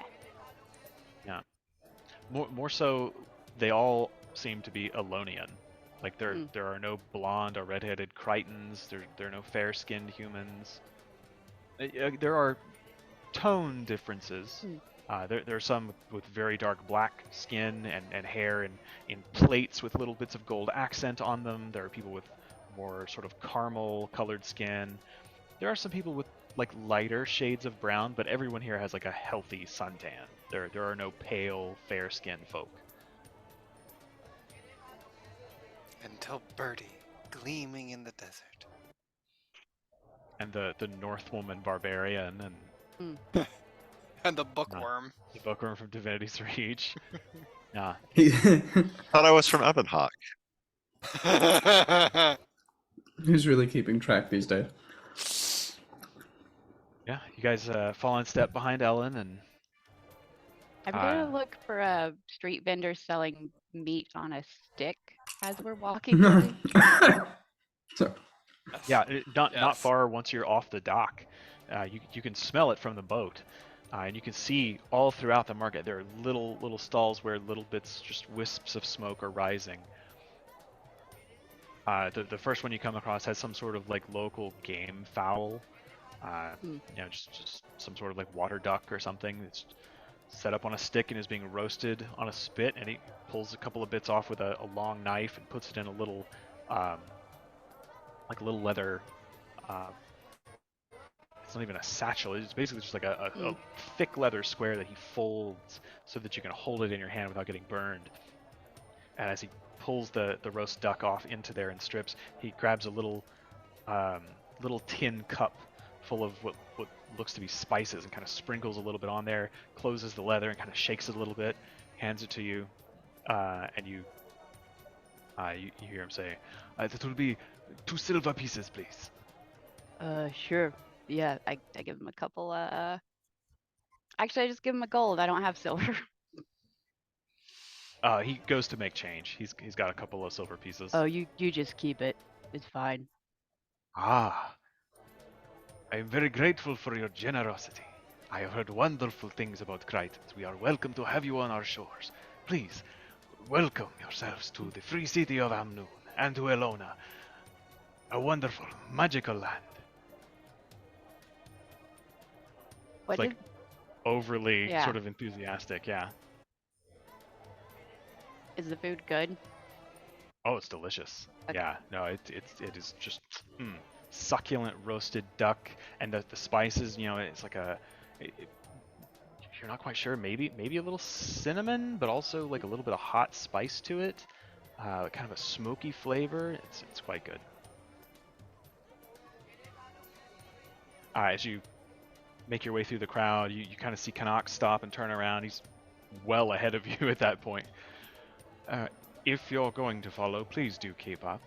And he just turns and heads with Ellen towards this massive stone archway about 400 yards up, slightly uphill. There's like a very gentle kind of slope up towards the walls of the city. It's gentle enough that there are little shops, tents, and stalls lined all the way up in rows to it. You know, there's no real steepness that would risk things like falling over or anything.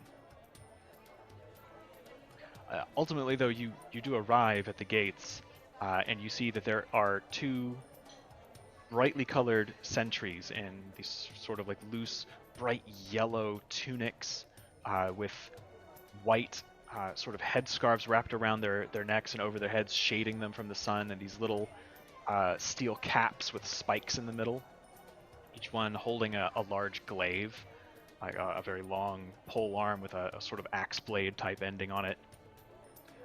One of them holds a hand out. Halt! The city is closed to outsiders. There isn't enough room for more people inside. Who are you, and what do you want?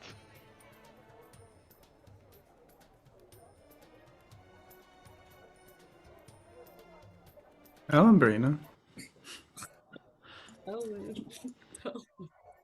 Yeah, I would let Ellen talk. Yeah, Ellen, tell him. At that point, Ellen, she kind of looks at you all, nods a little bit, and says, I am Ellen Keel, commander of the Lion Guard of Lion's Arch. This is Kanak, chief security officer of the consortium. And behind me, the Trollskull 6, members of the Pact, commanders, in fact. Dragon Slayers. I believe they're here to do some work. I am here to see your council members. Mm. And Kanak just stands with his arms crossed. What she said. The two guards kind of look at each other. They murmur back and forth in Elonian. I don't know if any of you speak the Elonian tongue. No. But after a brief exchange, you hear one of them say, so one of them turns and sort of bangs the glaive against the stone, and one of the gate doors kind of sort of grinds open inward. Another guard sort of pokes his head out, who has a shield on one arm and a long curved scimitar in one hand. Yes? And one of the glaive wielding guards says, Darabe, fetch the captain. You will wait one moment. We will confirm this. You see Alan just kind of roll her eyes. Fair enough. All right. If anyone else wants to grab food, I suggest you do it now. And Kanak just sort of like leans up inside the archway, uncomfortably close to one of the guards, folds his arms and just leans against the stone. Gives him a matter-of-fact look, looks at the rest of you, and says, Wake me when he arrives. He closes his eyes and kind of lays his head back against the stone. What's going on that the city is so crammed with people? The guard, who hasn't spoken yet, just says, That will be up to the captain to tell you when he arrives. We are at capacity. Too many refugees. Oh. Alright, curiosity has peaked, and I subtle cast detect thoughts. Okay. I want to know what he is thinking. Surface thoughts of this guard are just mouth shut, eyes forward. Captain's coming. Do your duty. Hungry. Oh, thirsty. Hot. Keep your mouth shut. It's just like kind of on repeat. How long have the refugees been here? And I will probe deeper. Let's see. So what, a wisdom save? Yeah, 21. Yeah. Yeah, you see that he sort of blanches a little bit. Quite some time. But the captain will tell you. And in your mind you see a giant sort of hulking scorpion-like creature with two tails, completely made of this like glittering crystalline carapace overlaid with like scabs almost of gray-purple stone, scraping its massive claws into the walls of the city. And behind it is just this wash of desert, and there are like 2 or 3 more of these creatures like scuttling across the grass, and at the horizon's edge there are just flickers of purple lightning, and it's like dark storm clouds. I will... I guess I can't necessarily broadcast telepathy to my group, so since we're not bonded, but one by one, I'll just say, giant fucking scorpion outside their walls. And you recognize the look of the creature as being one of the branded. Branded giant fucking scorpion outside their walls. It's about the size of an SUV. While Alexa's doing that, are there any like rocks along this wall? Yeah, they're like Or bits of like tumbled sandstone all around. yeah, can I grab one and go ahead and put it in my pack and just go ahead and label it so that we've got a Yeah. way to teleport here if need be? The original guard who sort of banged his glaive against the door watches you do that with a puzzled expression, but he doesn't say anything. Perfect. Eventually, 5-10 minutes pass. There's some movement, and then the door sort of rumbles open again, just about 3-4 feet, and a tall, dark-skinned man with black hair, kind of slicked backwards on his head, looks to be about shoulder length, sort of pulled into twin braids along the side and gathered at the back. Dark skin, really dark eyelashes, but his eyes are very clear, healthy eyes, dark pupils, dark irises, bit of like 5 o'clock shadow. Taller by a head than the other guards you've seen, but similarly outfitted in the bright yellow with the shoulder sort of scarf, the drape over his head kind of pulled back to expose his hair. Long scimitar on one hip, no shield, leather bracers, and one massive ring on one finger with what looks like a garnet, maybe like a deep red stone. Takes a step out, and he has immediate sort of commanding presence. The other two guards step back a little and do curt bows with their heads. He looks at each of you, and then he looks at Ellen and Kanak and just says, my apologies. With Zaitan dead and Kralkatorrik stirring, we get all kinds of people in here. The stories they tell to get inside, yeah, not that I blame them, but the city can only take so many before bursting. These are not refugees. We are expecting them. Please, follow me.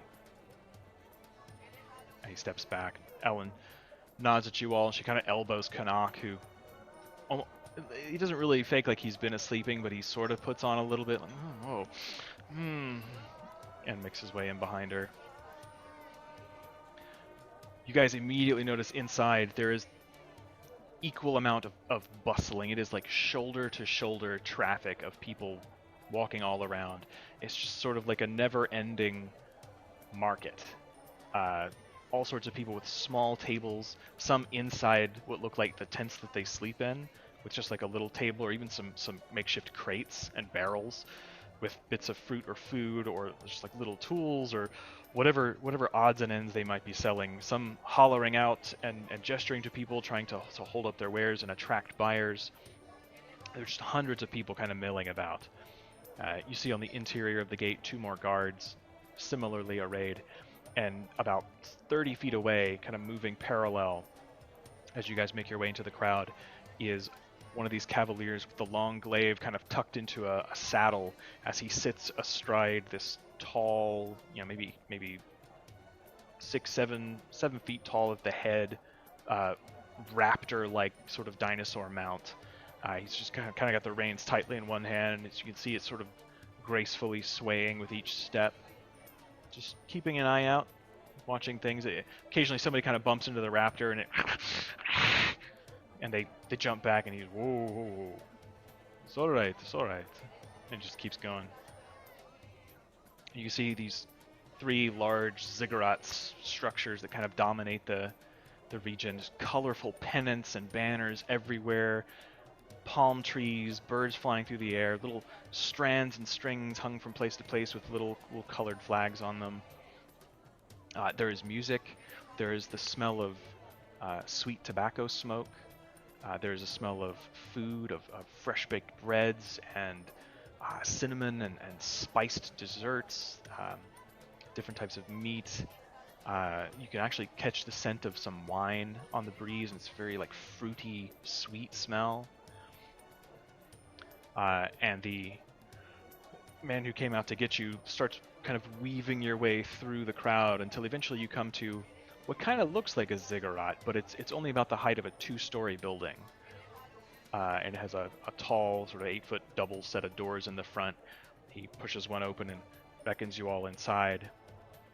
and of course it takes up a larger footprint because of its odd sort of tilted shape. But once you're inside the first floor, it's just generally a square room. There's almost like a freestanding bar type of structure in the middle. It's got a couple of people working behind it, like a desk, as they put out forms and they're filling out bits of information. There are a couple of maps of the city and the surrounding region.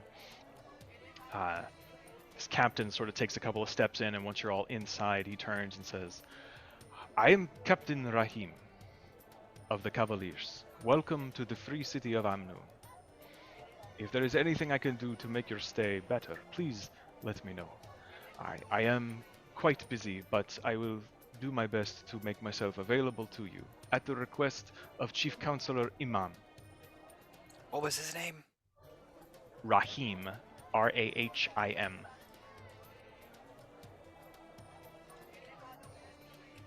Ellen just kind of looks at him and says, "Yeah, about that. I'm Ellen Keel, commander of the Lion Guard. This is Kanak, chief security officer of the Consortium Trading Guild. These are the Dragon Slayers, the Trollskull 6. Trollskull 6, huh? I believe they have business of their own with you, but I would very much like to meet with Counselor Iman when she has a moment. I believe there are some negotiations that need to be begun." Kanak uncrosses his arms and reaches out to shake the man's hand. You can see the guy kind of looks at him a little hesitantly and reaches out and shakes his hand slowly but firmly. "You will excuse me. This is the first time I am meeting a Sylvari. I've heard stories from travelers, but I have never met one of your people. And I see we have another in the Trollskull 6, yes?" They give the best agricultural tips. I will take your word for it. As I said, welcome to the free city of Amnoon. I believe some of the counselors would be greatly interested in meeting with you, sir. Your consortium has made quite lucrative offers, or so I hear. Opening up new markets to the north would be a great benefit to our city. Trade has been somewhat slow of late. But perhaps that is something that the chief counselor should best tell you. Huh? As you wish, Captain Rahim, was it? Yes, Rahim. And you are Kanak. It is my great pleasure. Everybody just kind of like turns to look at you guys to see if and how you would like to interact. Captain Rahim hot. Oh my god. Captain Rahim. Is Captain Rahim hot? He's in good shape. He is tanned. He has dark hair. You can see. 5 out of 10 according to the roll. He's all right. He's very hirsute. You see, like in the yellow tunic he has, it's kind of opened a little bit at the chest, and he is a human carpet underneath that armor. Word. Yeah. You can see, like, it looks like he's had his nose broken a couple of times. He's got some scars that didn't heal so well, but not fugly. You know, just he's seen some wear and tear, and he's maybe 45, like he's kind of middle-aged, getting there. That hurts a lot more now that I'm almost 40. I was about to say, what are you saying, Ryan? I mean, the truth hurts. I'm getting there. Oh man, I don't want. I think What Birdie is probably. the- Oh, go ahead. Well, Captain, pleasure to meet you. Birdie the Bard, at your service. We do have some business of our own in town. Connections we'd like to make. All connections are useful when going up against dragons, so we found. So I'm sure we'd love to speak to your counselors so we can start making our arrangements. Of course. I will take all of you if that is your wish. I believe the chief counselor is expecting guests. The council is in session today, so perhaps you will meet them all. How many counselors are there? he tries to do some mental arithmetic. 12, 13, I think. I don't spend a great deal of time with them. Interesting. Good to know. He turns and... Zafir, I will return shortly. I take our guests to the council chambers. You see this guy behind the desk is just like harried and stressed. And I, Captain, yes. If you would please come with me. Where's the little girl's room, real quick? There is stall through there. I go in there and I recast detect thoughts. Okay. How long does that last? 10 minutes. Okay. Yeah. There's this sort of intense pressure as there are so many bodies around you. But yeah, you come back out and he begins to lead everyone out. And immediately as you leave the sort of cool interior of this heavy stone building, you once again enter the sunlight, and the sun is brutal. He almost seems to relish it though. He just steps out and just sort of closes his eyes and faces the sky for a moment, and then this way, please. And he just begins a short walk. You see he's taking you towards one of the larger ziggurats. He says, here we have the Great Hall. All of the municipal services will be found here. The councillors, among them, there is a special chamber where they meet. The chief councillor is Iman. She has been the councillor for many years now. She's greatly respected. There are other councillors, Ozel, Mayim, Jamhuri. There are more, but I don't know how many you will need to meet. I'm sure you will have plenty of time to speak with them. And it's just like a 5-minute walk. As you can see this place getting closer. You see like on the back end of the ziggurat, there's like a slight cubic room that's sort of like jutting out from the bottom floor. And it's not even really a closed building. It's almost like a patio, and has these tall, not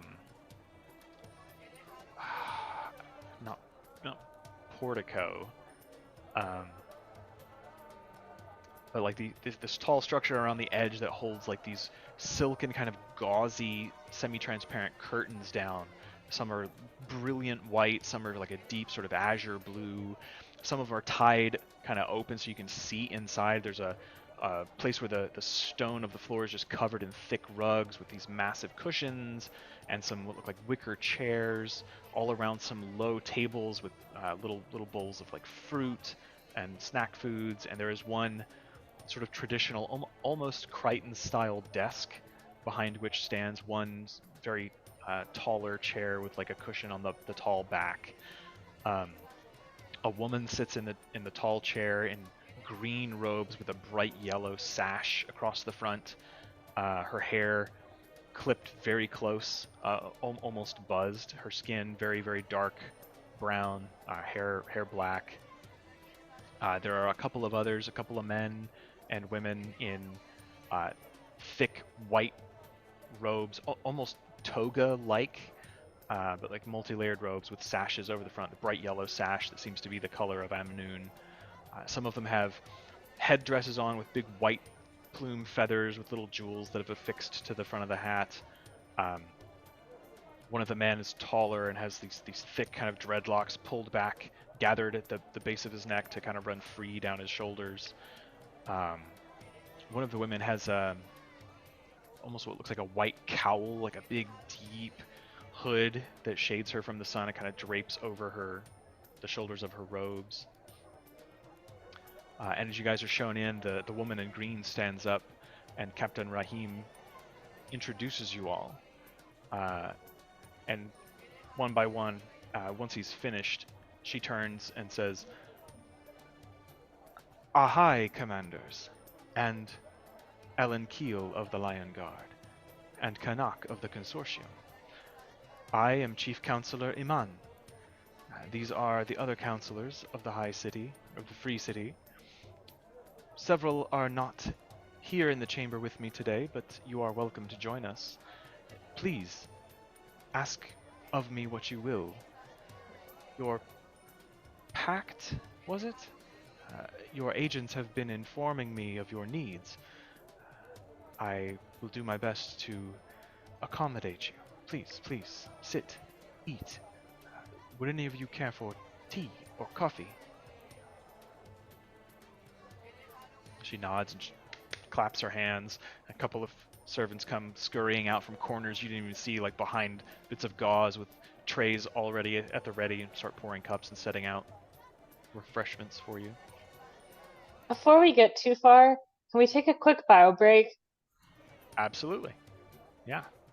Let's take a break. You guys grab some food and Probably snack. could do that too. Yes. Yeah. All right.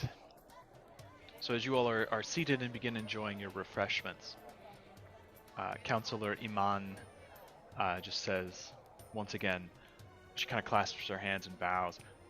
Ahai, commanders. We were told that you would be coming. You honor us. It's not every day that dragon slayers enter our great hall. And you notice that she does not speak with the same accent as Captain Rahim and the other Elonians that you've seen. She sounds very Crichton.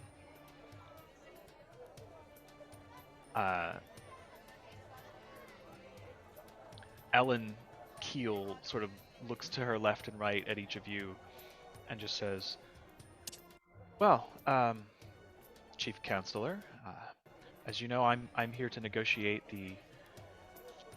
the trade routes between the Free City and Lion's Arch, their defense, patrol routes, supplies, things of that nature. It's going to get pretty mundane pretty quickly, I think. Canuck, I'm not exactly sure what you're here to discuss, but I imagine it's going to be a great deal of logistics. So perhaps if our heroes here had something they needed to discuss first, we could continue our discussion in private later. And the Chief Counselor just nods and says, as you wish, Commander.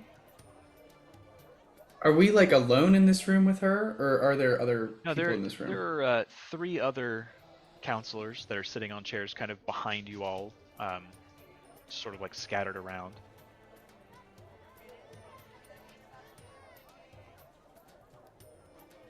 Oh, does someone you want to start with the dragon questions? Yeah, well, we're Colin? here to kill a dragon, Right. basically.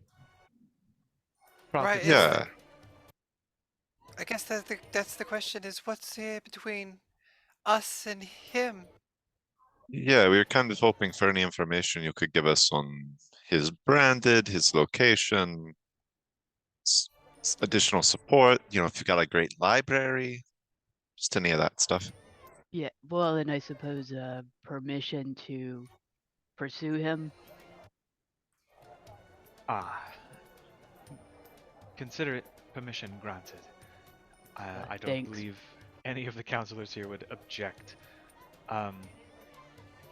What I can tell you so far is that something has stirred the dragon from its slumber recently. There have been branded assaults on outlying farmsteads and small villages near the river. It's led to, I'm sure you saw the crowd outside the walls. That crowd exists around every wall, in every direction. There have been sudden brand storms that just sort of appear on the horizon and close in swiftly. Sometimes they bring beasts, sometimes they create branded when their strikes hit, livestock, or God forbid, one of the roaming hydra or sand sharks. Many refugees have gathered here. Unfortunately, too many. We just don't have room inside the walls to keep everyone safe at all times. When the branded come, we take those we can inside the walls, but we have to have room to move so that our defensive forces can mount an adequate response. We fit those we can't onto barges and try to head a little bit out to sea or into the heart of the river, just to get them as far from the Branded as we can. Some refugees have fled south, but only a madman would turn to Joko and his Awakened for aid. And at that, one of the counselors, rough-looking man, in a sort of high, almost like a papal, like a pope, sort of white hat. It's like a white cylinder on his head with a little like white veil that comes down around his shoulders and behind his neck, like a sun shield. And he says, "As I have said before, the Mordant Crescent may no longer be the honorable sun spheres they were once, but they would make powerful allies. And in a time like this, we need all the help we can get. We should be more than grateful that they are even considering helping us. We should fly Joko's standard and make clear that we welcome his kingdom support." And Iman is just like, this is not the time, Ozzel. We're talking about Kralkatorrik. We can go into politics later. But one of the other counselors cuts her off. One of the women in the billowing sort of white hood pipes up and says, "We have resisted Joko for years. I'm not about to let him waltz in and take over my city without a fight. Never. It's nonsense. Our only option is to align ourselves with Cormyr's priesthood and the remaining Sun Spears." You can see Iman just sort of like stands up a little bit and starts motioning with her hands as the final counselor in the room, the one with the thick dreadlocks kind of gathered at the base of his neck, just raises his own hand and says, "Allying with either side would only lead to future conflict. Amnoon has always been independent and should remain independent." And they start to talk over each other before this piercing, shrill whistle. Iman sort of cuts him off, and there's a sudden silence. And you can just see she sits back down in her seat with a flump and sighs. And round it goes. Real quick. Yeah. Oh, I was just going to ask, upon hearing explicitly from one of us that we're going after Kralkatorrik, what is Ellen's reaction? Because she before kind of stated that she didn't know exactly why we were here. She's apparently not surprised. You gather that she understood that.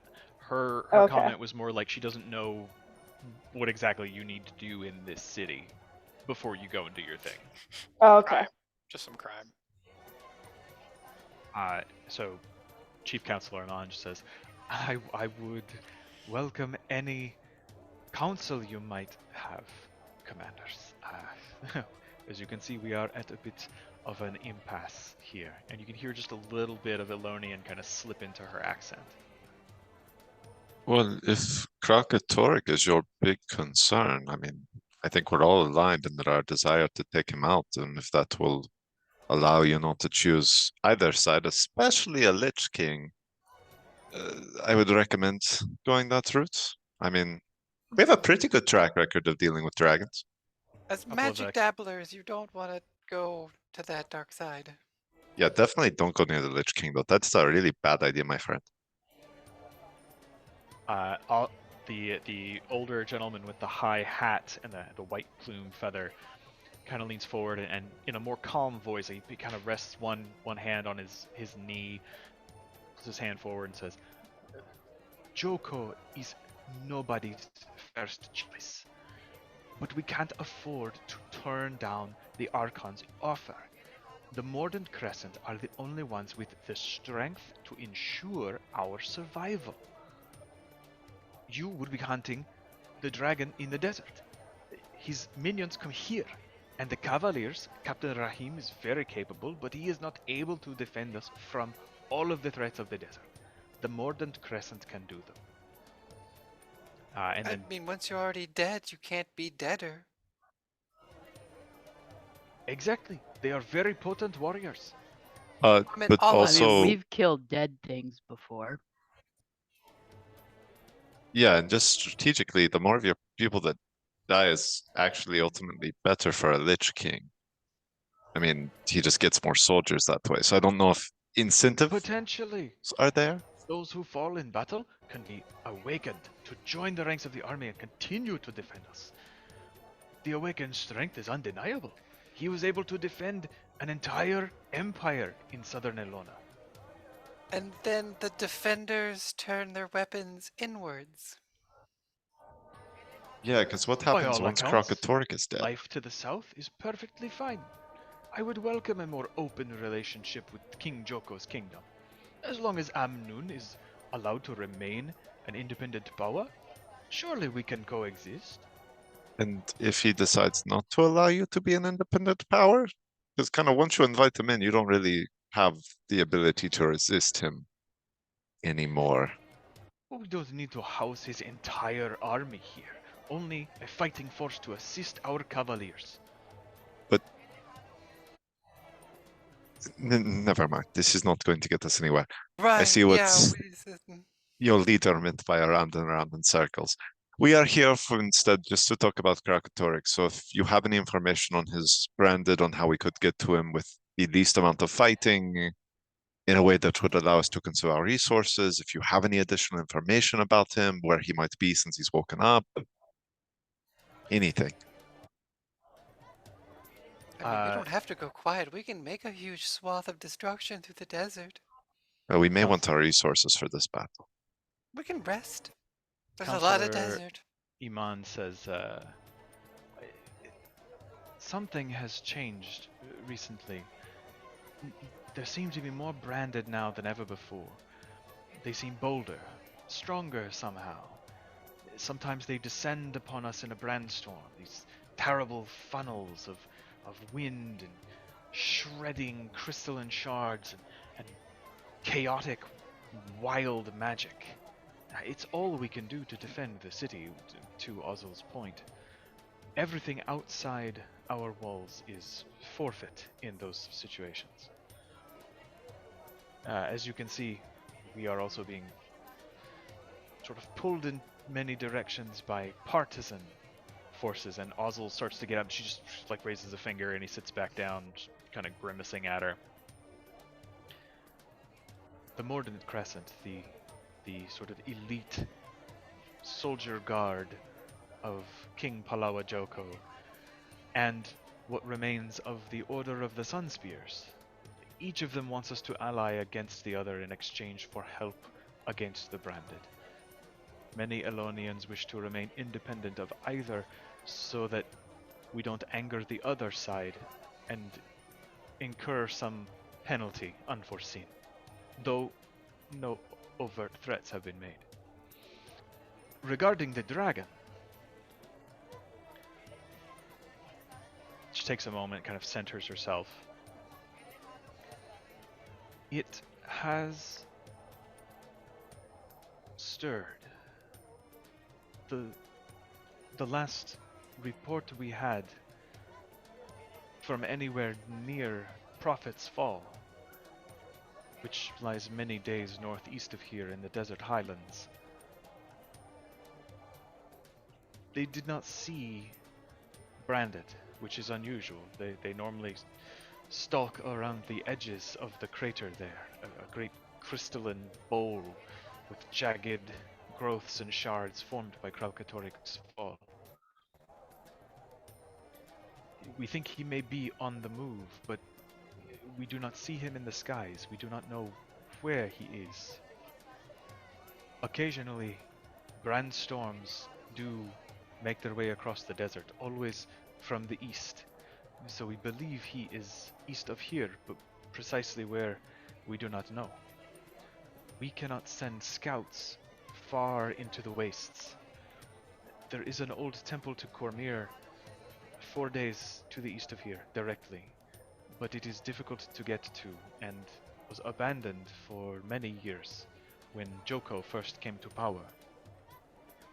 He carried a campaign against the priesthood of Cormyr and the Sun Spears to ensure his dominance. It has recently been renovated by a splinter group of the temple here, but they are only of passing help to lost travelers and people in great need nearby, too far from here to really make a difference. Good. The people who did the renovations here, do you think they might have an item or something from the temple 4 days east by chance? When a splinter group from here has occupied the temple. I believe 6 went out to make repairs, and they stay there. They live there. Oh, okay, so nobody has come back from the temple. It has been quite some time since we heard from them. Every now and then they would pass a sending message our way, or send one of their familiars. But it's been quite some time since they checked in.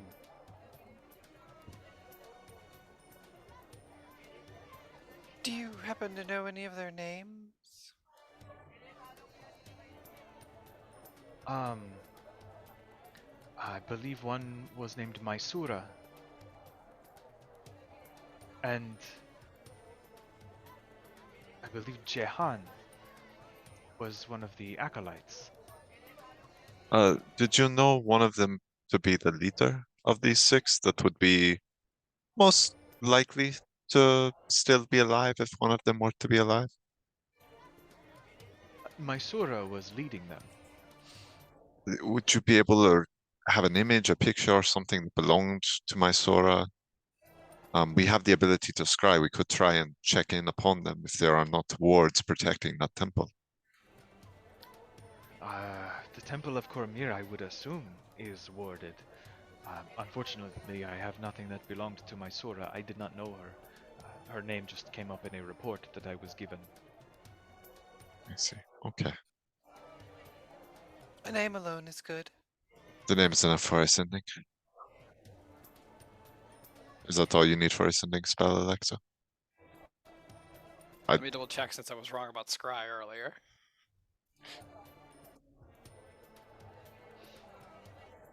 It's a weird one, because I think it says someone you're familiar with. Which you are familiar with. Yeah, so I don't think I'm not familiar with her. If I just know her name.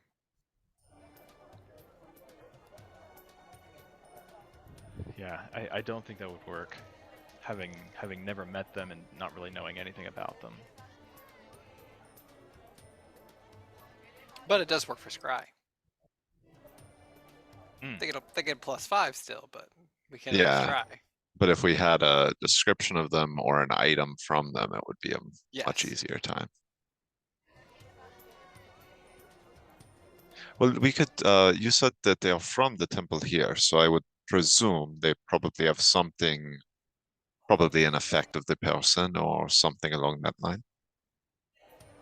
We can at least ask. I don't know. Priests tend not to accumulate many personal belongings, in my experience. They may have taken all their earthly possessions with them, but I do not know for sure. Okay. Aside from the temple, is there anything else out to the east that might be a place Kralkatorrik would want to go, or any suspicion you may have as to why he would go to the east from Prophet's Fall? Well, he is east of us, I would assume. I cannot say whether he would be east of Prophet's Fall, which is northeast of here. Oh, okay. He could have just come south from that place. And she kind of looks around for a moment and then reaches over and grabs a rolled up scroll, rolls it out on the table in front of her, and you can see it's a map similar to the one you've seen, where it's got the coast of the sea, a mark where Amnoon would be, the bone wall along the southern reaches of the Elona River, and in the desert highlands there's little scrapes that show you like where the escarpment is for the plateau, and you can see this massive circle kind of planted on one side, and she indicates that's where Prophet's Fall is. I guess I'm trying to think of how you guys see me in the camera. Like if Amnoon would be here, Prophet's Fall would be like up here. So if he came south, he might be equal with Amnoon, but he's somewhere over this away somewhere. So the Temple of Cormir in like relation to like right here. Prophet's Fall. Okay. Halfway between. So it's like south of Prophet's Fall and halfway toward. Okay.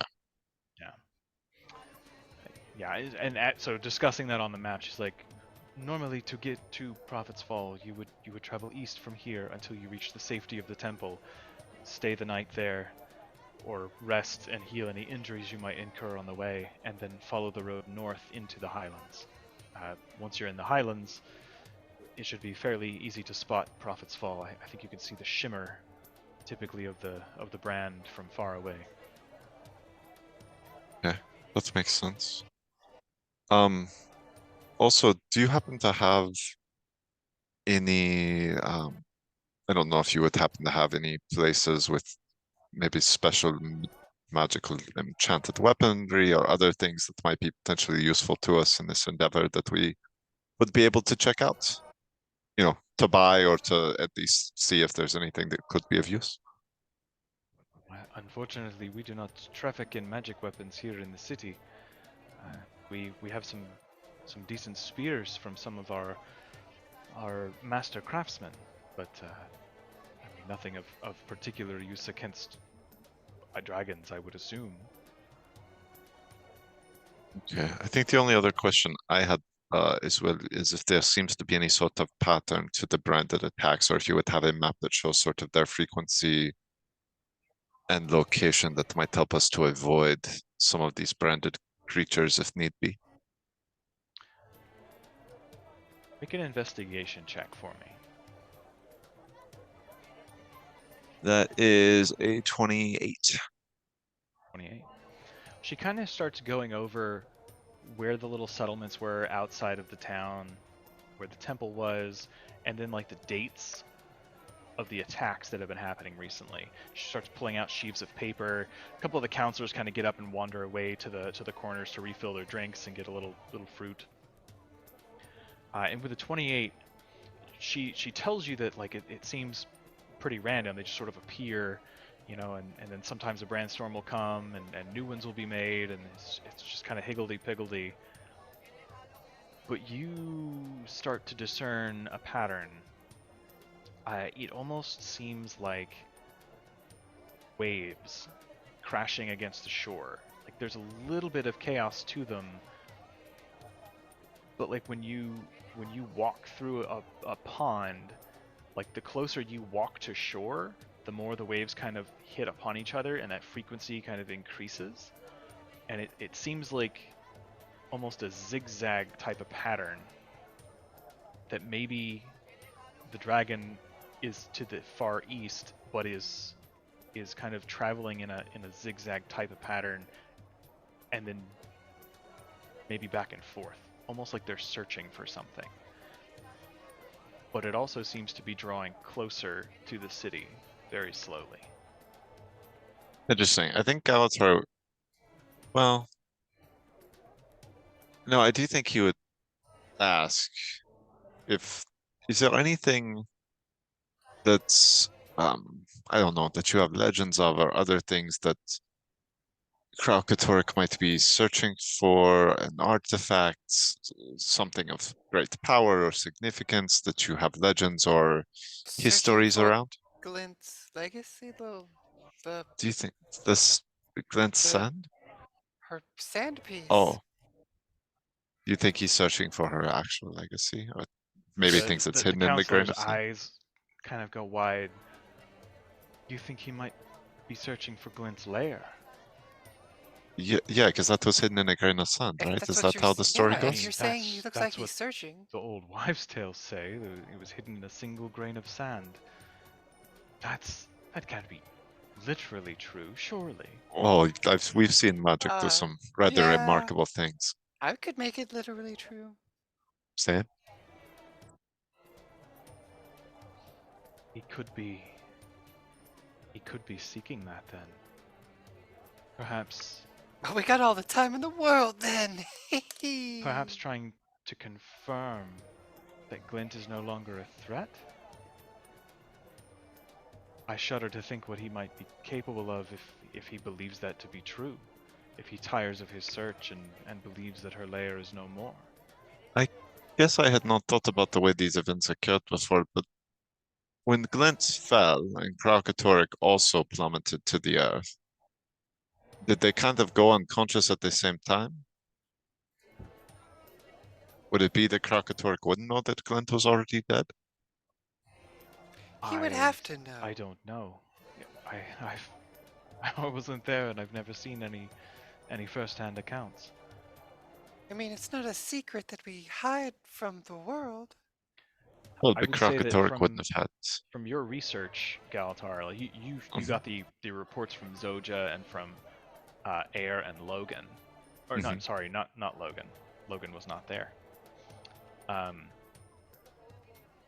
They recalled that Kralkatorrik and Glint crashed into the ground, making that crater, and Kralkatorrik very rapidly sort of limped his way away, allowing Destiny's Edge, those that survived, to make their way back home. So he did not stop to check necessarily. So perhaps he does not know. I don't know that the other dragons would have known or communicated with him. I do not know what the level of their communication could be. I guess that's the 50-50 we're gonna have to take. I think he has to know, though. But I don't know, because also he would probably be able to sense the same magical disturbance that there have been 2 places of concentrated magic. Or that he's at least not able to accumulate it all, which may make him think that Glint is still out there. Iman says, I hadn't thought of it that way. "Well, now you're getting into matters of myth and legend. The old stories tell us that she built her lair the way she did so that she could hide from his penetrating gaze, so that should he awaken, he could not detect her. That may works. indeed be what he fears." Is there anything more to the tale than just it being within a grain of sand? Are there any clues, anything whatsoever about Glint's lair? Just out of curiosity, I don't know that we would need to find it. Grain of sand. Those who went to Augury Rock to commune with the divine. Fucking rock again. Part of that ascension, they would attract her attention, and she would bring them to her lair to talk with them, to guide them through the trials to prove their worth. And where on a map would Augury Rock be in? Is it kind of between? She marks it on the map. It's south of the Temple of Cormyr, several days. I think it's worth a visit. Does it seem like in his zigzag pattern he's gone past that area, or is he staying kind of between what seems like the Temple of Cormyr and Prophet's Fall? From the reports they've seen, it kind of looks like he's been all up and down. He hasn't yet come, maybe. So like they don't have reports of where he's been. Right. Just kind of trying to triangulate. Yeah. He may have flown over that region at this point. It's kind of hard to tell just from the information that you have. He is certainly getting closer to Amnoon. So at some point he will have covered that region and the temple. And I mean, it stands to reason that if they haven't heard from the temple in several days, he may have already covered that. Oh, fudge bunnies. Well, I think unless there's anything else anybody else has on relation to the dragon, I think that was all of my questions. I think we just go east, make a lot of trouble for him, and he'll find us. Yeah, I think we should start by talking to the temple here to see if we could scry on one of their people to see if maybe they're still alive. Because if they've been killed, that lets us know that he's definitely flown over. Or flown under. The temple.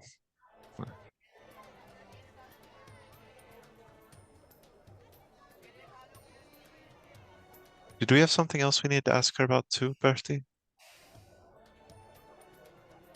Muted. It's more of a curiosity than anything such as pressing as this. But seeing the not to use such a crass term, but the political squabbles that are currently occupying some of the mind of Amnoon.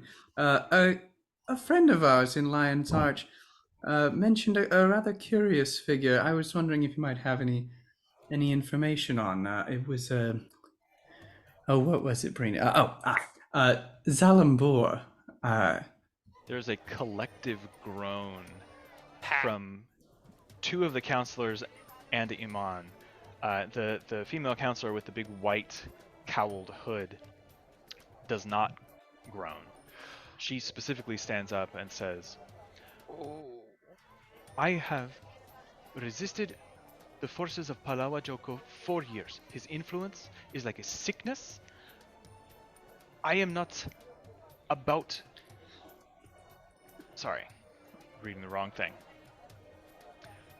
I've resisted him for years. I support the Sun Spears of Cormyr and her priesthood, and Zalambur has always been a staunch supporter of mine and of the Sun Spear cause. He agrees with me, and you all know it. You know you cannot stand against him in the political arena. And everyone else is just like, and Iman just says, yes. Unfortunately, I am acquainted with the pompous windbag that is Zalambur. He is a man with more money than sense. The common folk here love him. And for good reason. He is a remarkable philanthropist. Oh. The nobility loathe him for it, for his influence over the common folk. Personally, I just find the man exasperating.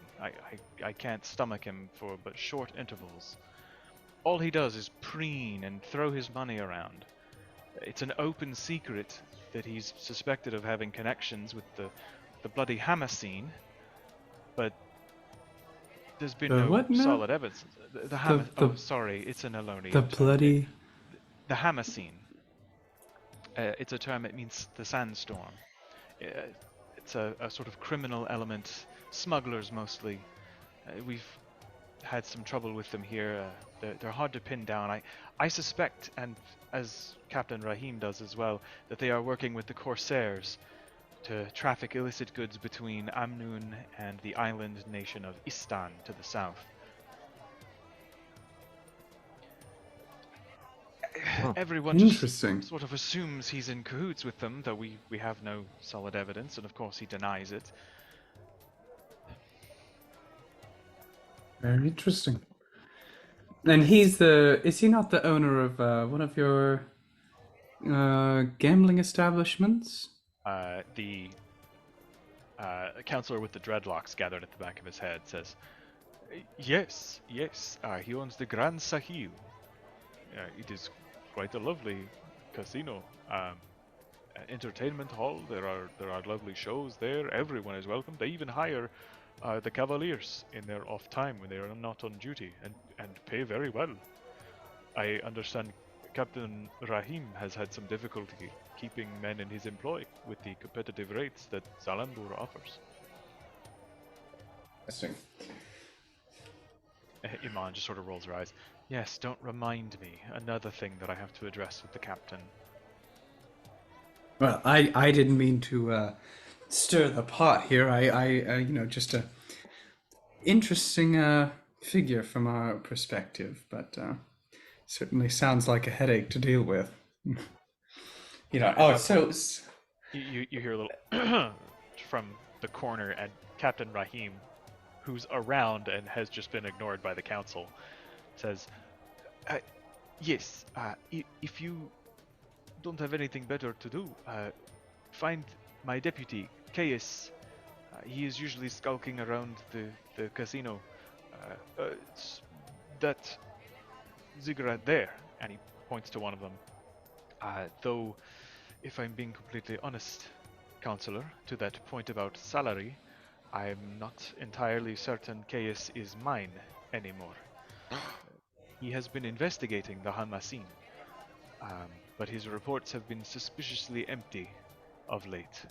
So just watch your back if you head that way, and don't make a mess of my streets. And there is a muffled chuckle from Ellen Keel. No. You just hear like a little whisper, like, "Not my problem." We only make messes of dragons these days. No messes in the streets. To the best of our ability. He We keep nods the mess severely. far away. This is good Is- to From hear. prying eyes. Is there a reason you all are unwilling to partner with the Sun Spears of Cormyr? I'm just interested as to some of you seem to dislike their offers of aid in preference for a Lich King. So I'm just interested if there is like a The are they dreadlocked guy not great? responds and she says, allying with either side would only lead to future conflict. Amnoon has always been independent. If we ally ourselves with the Sun Spears, we take an official stance against Palawa Joko, and it will provoke him to attack us. The Sun Spears are weakened. They are not of the strength they once were. Their involvement, yes, Mayim, and he looks to the lady with the hood, it could become a beacon of hope for all Elonians. Their order has definitely sacrificed a great deal defying Joko and his Mordant Crescent, but they do not have the strength to stand against him. It could breed the downfall of Amnoon should we ally ourselves with them. Sure. Do you mind if I ask who is the leader of the spears, of the Sun Spears located here in the Free City of Amnon, or are they in an encampment outside of the city? Chief Counselor Iman says, the Order of the Sun Spears are not permitted to operate within the Free City of Amnoon, lest we incur the wrath of Palawa Joko and his awakening. Sure. They do send delegations here to treat with us from time to time. I believe Spear Marshal Zain is currently the reigning leader of their order, though I have not seen him in many months. Typically it is First Spear Hakima who comes to speak on his behalf. Do you know where I might be able to find her? I think my friends may go to the casino later, so I was curious if I might be able to find them as a follower of Cormyr myself and somebody that would be interested in learning more about these Sun Spears.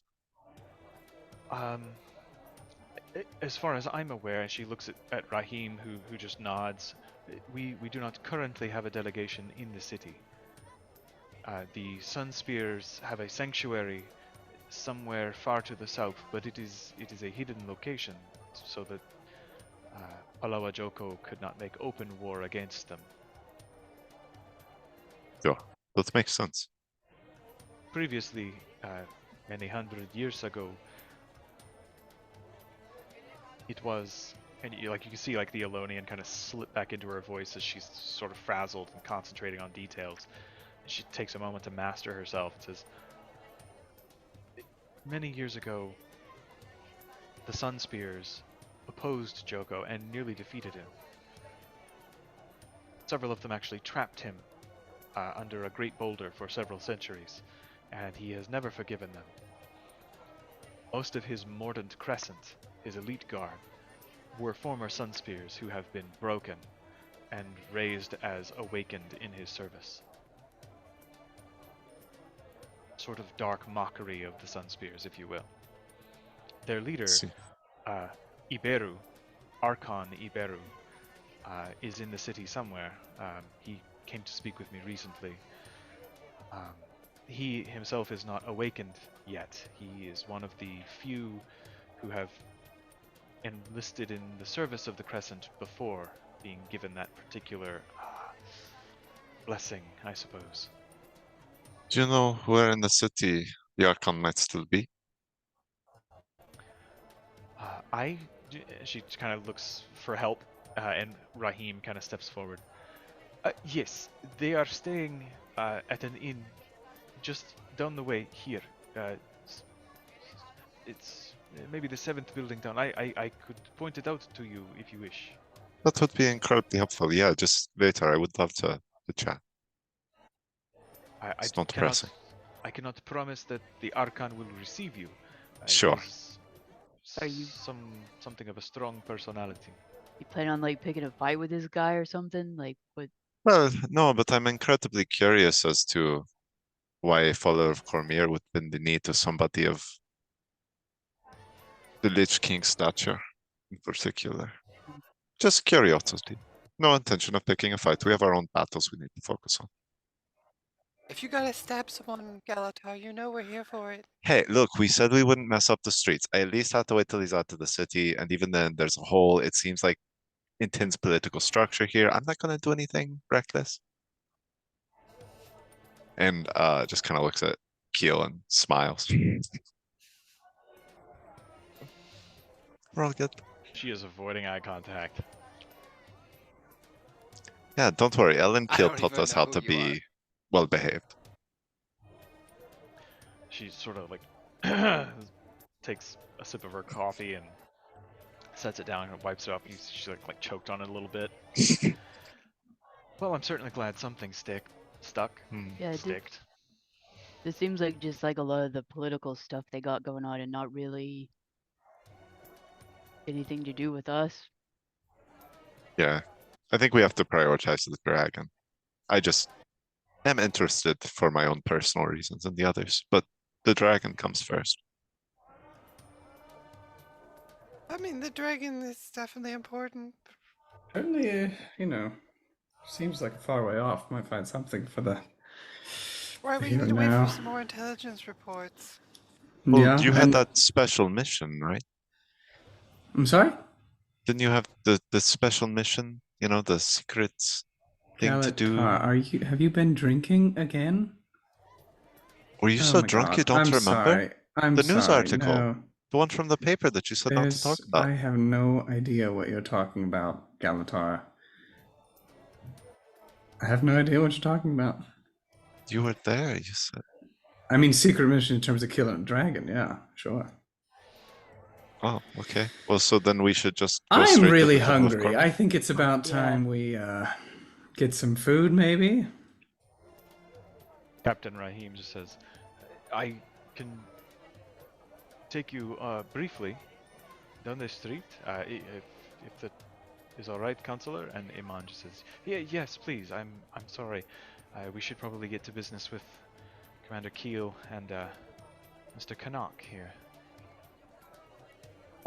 Before we leave, I should also say you may hear from us in your head, well, specifically probably Alexa.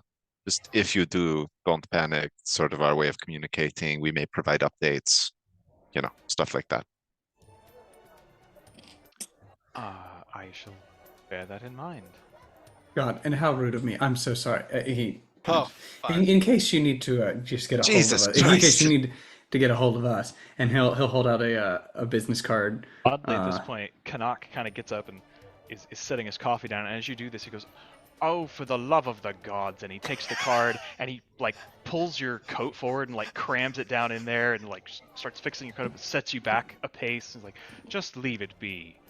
There's business to attend to here." Lex loses her I shit. really like this guy. Okay then. Well, if you Like need to find staring us, at you. just I don't know how you'll do it, but good luck at that point. Don't come looking. I guess. At least hopefully you can do business with this man. Yes, I'm sure if they need you, they can just follow the trail of destruction. Oh my God! Literally, We try. It's what like have we a done for you breadcrumb. except kill 5 dragons? Nice. Birdie's If you'll excuse actually us, the drunk. adults need to speak now. Thank Oh you. no. Oh, I liked Ca- you. And Then Captain you just had to Rahim's say that like, final sentence? Canuck, I Okay, still like you, don't worry. There's good food down this road. Yeah, and pretentious people in this room, except for, everybody who lives here, just the visitors from Lion's Arch. Dicks. let's get out of here. Let's get out of here. We'll be seeing you. So Captain Rahim takes you kind of down the road. It's 7 or 8 structures down that kind of like line the side of this big ziggurat. And you see just kind of, not necessarily a humble inn, but it's like a smaller, like 2-story structure. The construction of it is fairly nice. It's not like inlaid with gold or anything, but it looks pretty fancy, spacious. But you see that standing outside the door are these 2 like 6.5 foot tall, emaciated, gray-skinned, gaunt corpses in what look like white, kind of like Egyptian skirts, you know, like from like Egyptian like hieroglyph art. They're about knee length, and you can see like sort of like ancient Greek sandals attached to their feet. Like their skin is just like pulled taut, you know, this sort of deathly flesh. Their eyes are kind of glazed over and milky. One of them's like missing a tooth, but they both wear helmets of brass, like a bright golden brass, with this big,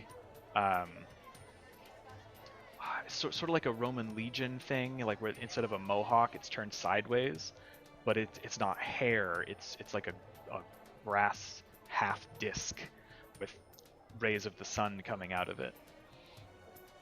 They both stand there and have these wicked-looking, like curved khopesh swords in their belts, and they sort of stand there hulking and looking menacing, and kind of stink a little bit.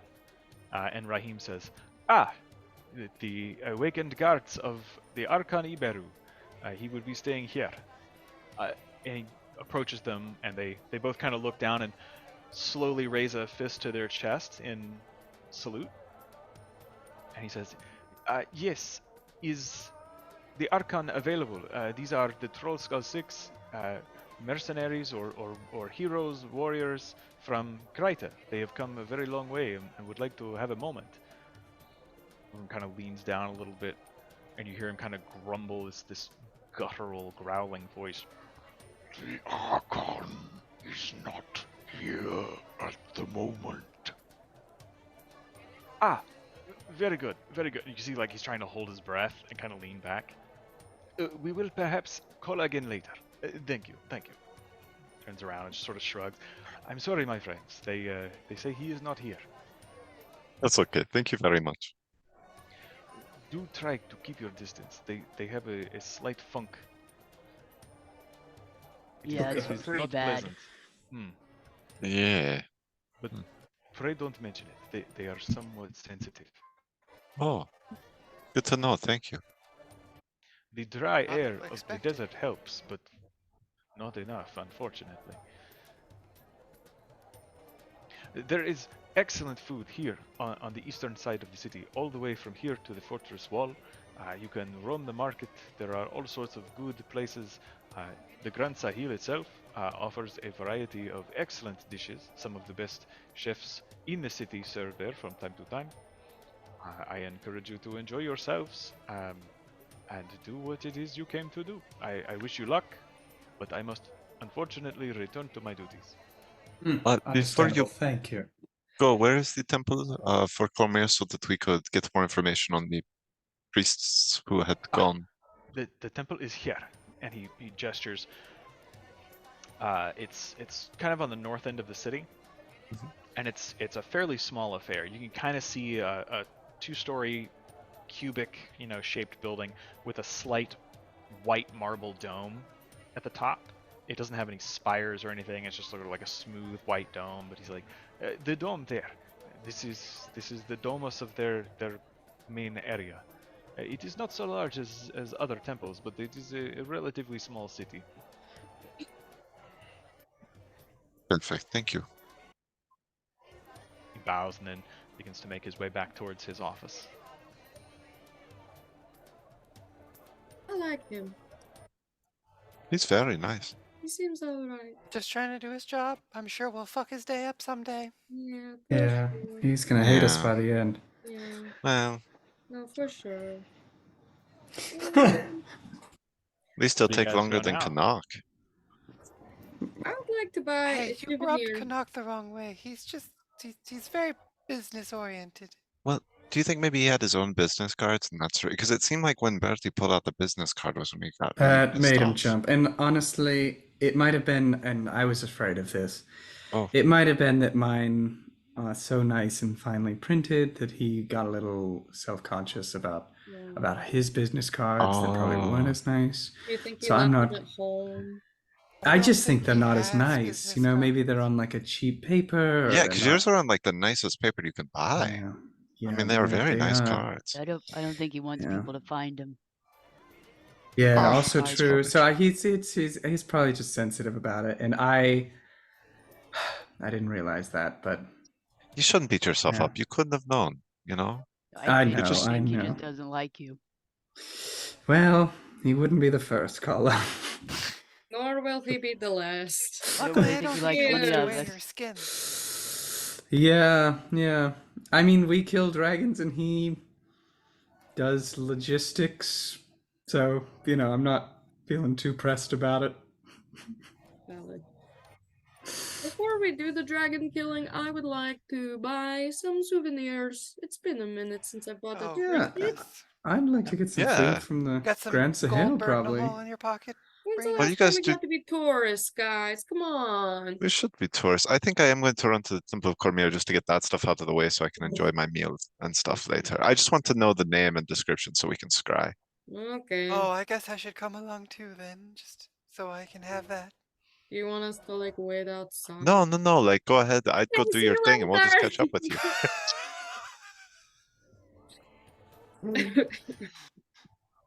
I'm off to fight. Okay, bye. She's just like half turning already. Like, oh. Oh, okay. Love to play knickknacks. So Galatar heads to the temple. I go with him. Alexa and Galatar go to the temple. Are all the rest of you sticking together, shopping and getting food, or are some of you breaking I'm out to getting do something else? some food at the Grand Sahel. Oh, 5-star dining. Take some notes.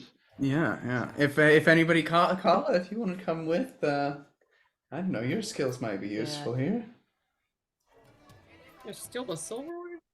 Maybe I don't know. I did see some fun knickknacks on our way in.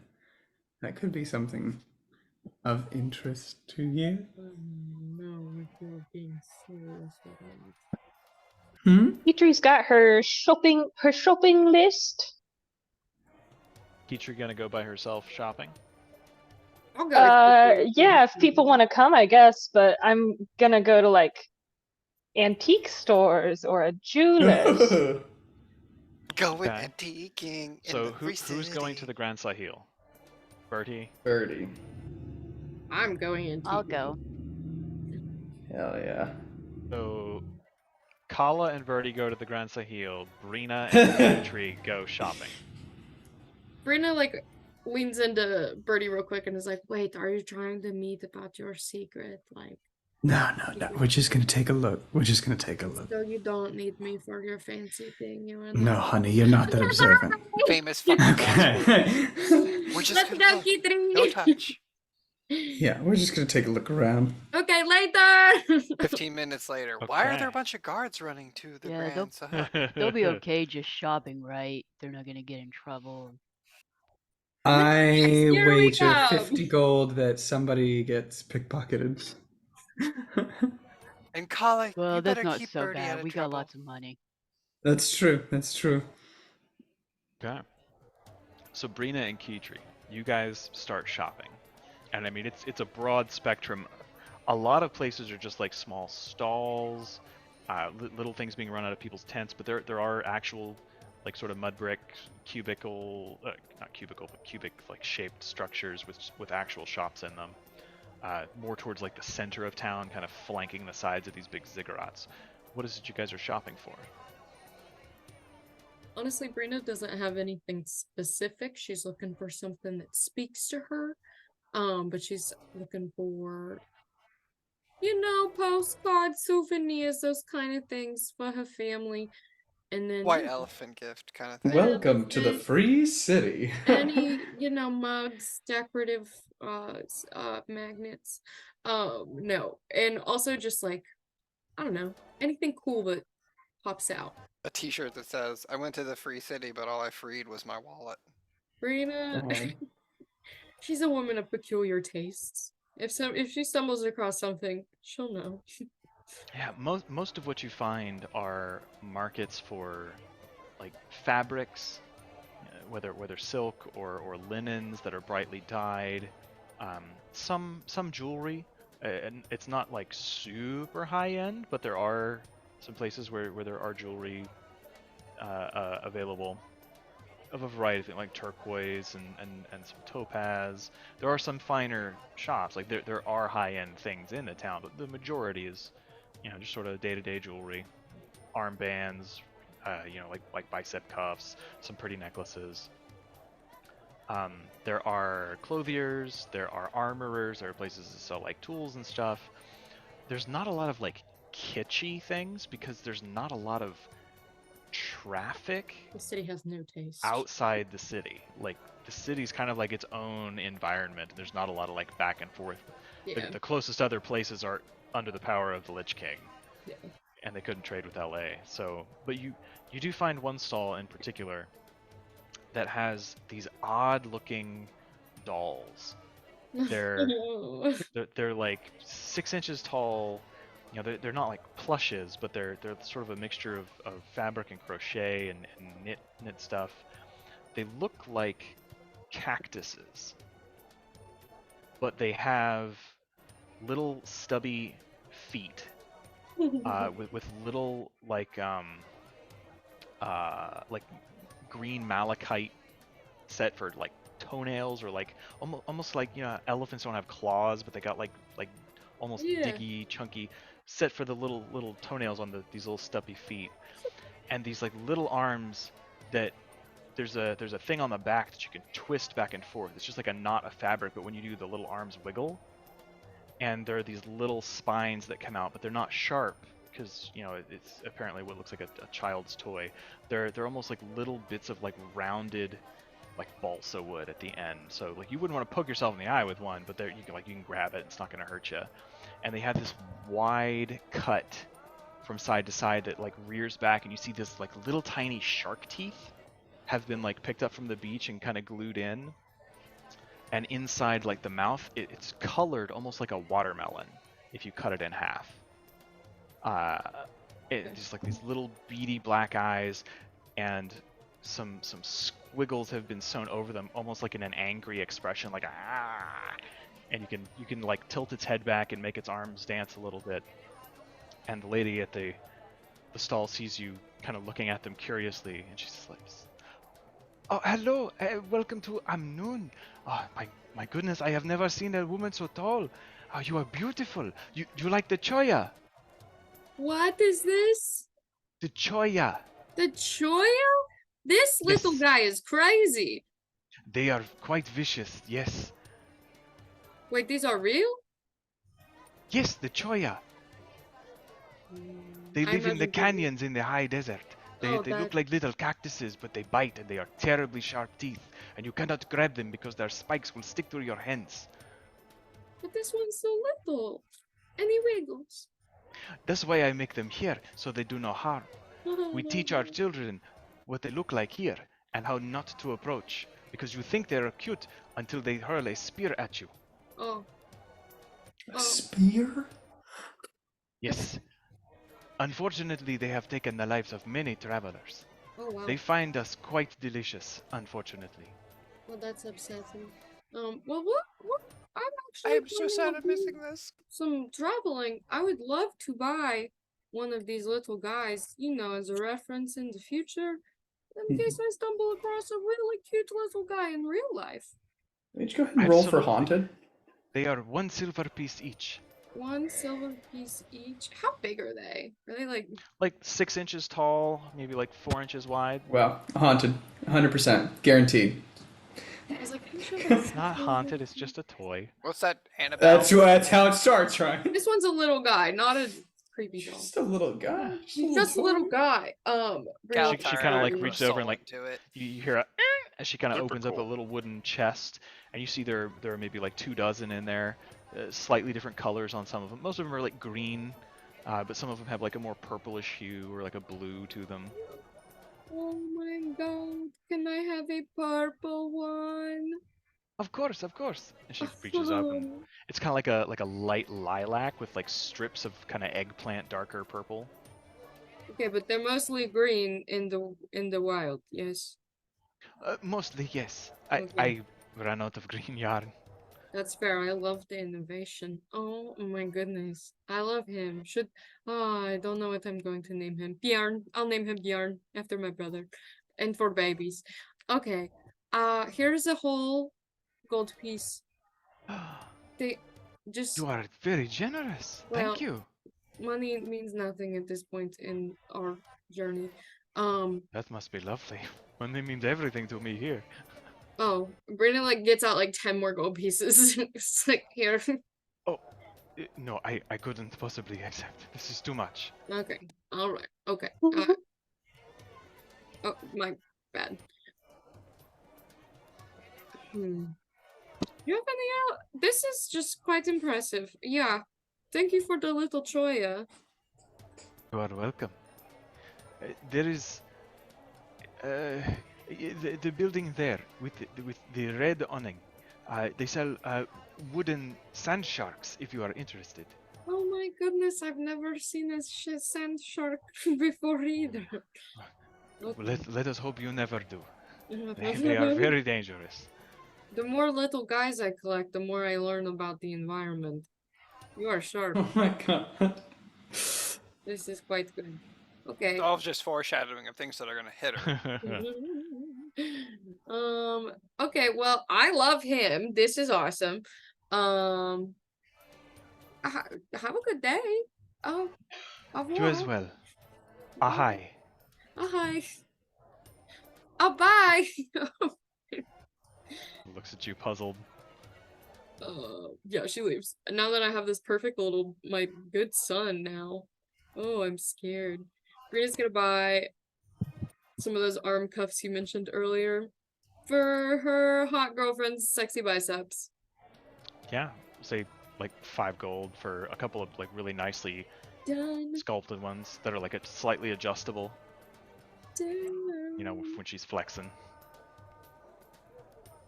Word. Okay. What is Keytree shopping for? I will, I'll go to the bank first. I'm going to take out about 2,500 gold. I need to go find a jade circlet. Okay. Worth about 1,500.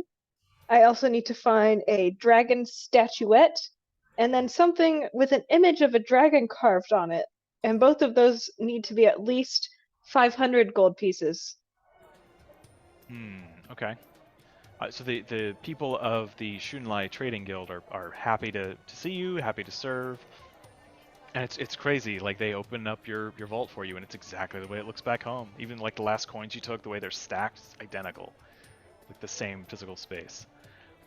It takes you some time, but you are in this sort of bustling city. And if it means that to carry that much gold I actually need to make like trips, I will. But I don't think so. I mean, it would be like a heavy sack to carry around, but you could put it in your backpack and carry it. Yeah. We'll say like in about a space of about 2 hours, you're able to find the things you need and purchase them. Okay. Yeah.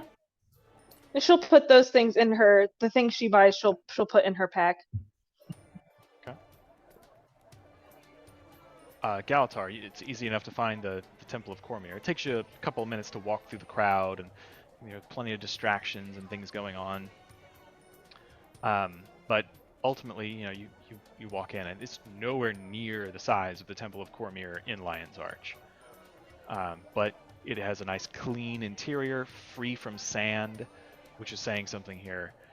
There is a high dome that seems almost like it's lit from within somehow, and it casts like a very gentle but bright light down on the area below. And you see like long settees and chaises longues where people have sat, and like little couches with rounded arms on the end where people are lounging.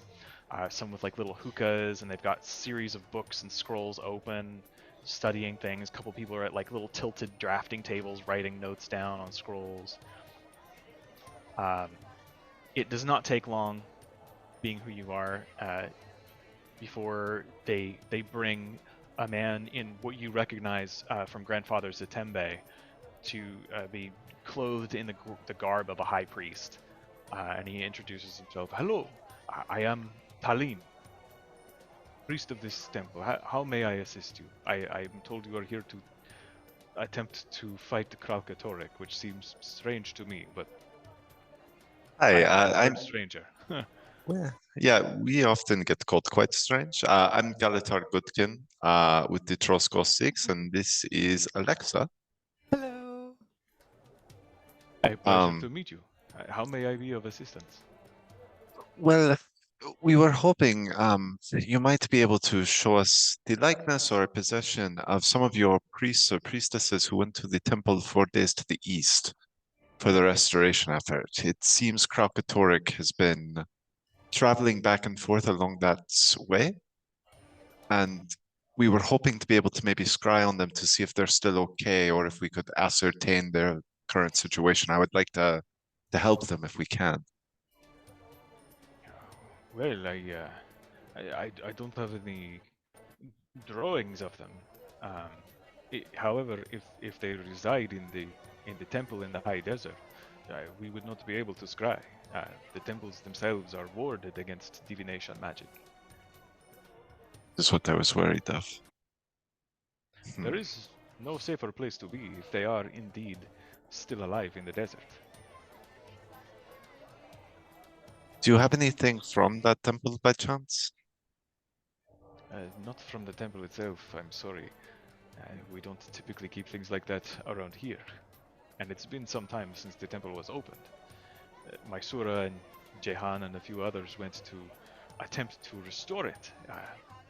Ultimately, we would have moved more of the priesthood out there and tried to re-establish a more regular connection. But alas, it has been some time since we've heard from them. Sure. Okay. Alexa, did you have any other thoughts on ways we might be able to use their help? No, not really. Yeah, if it's already warded, then Yeah. trying to. I mean, I'm still willing to try. Like, I still want to try, but I appreciate that it's not going to work. Yeah, I mean, we could still give it a try, I guess, to see if they might by chance be outside the wards, but that's good to know. I did actually, while I'm here, I have another question for you, if I could. I myself am a follower of Cormier. I've worked multiple times with grandfathers at Tombe back in Lion's Arch. I'm just curious as to the situation with the Archon, the representatives of the Lich King, and sort of the situation between them and the Sun Spears of Cormier, and if there is any insights you might be able to give into that situation of, is that a place where the city could use help in the long run, or is it something best left with the current sort of tenuous balance that exists?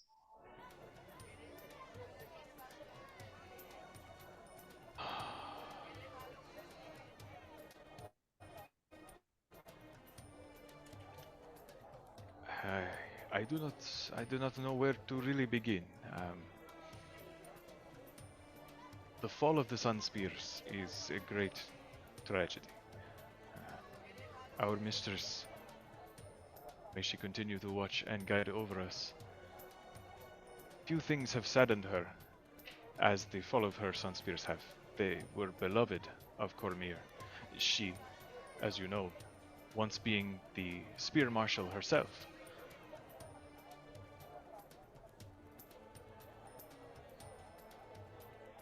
When Joko came to power, he made it his mission to wipe them out. It is a testament to the Sun Spears themselves that they have survived as long as they have, against such overwhelming numbers. Joko's power is great. It is impossible to overcome him with strength alone. Iberu, who is now Archon of the Mordant Crescent, he was one of the great first spears, one of the highest ranks in the order.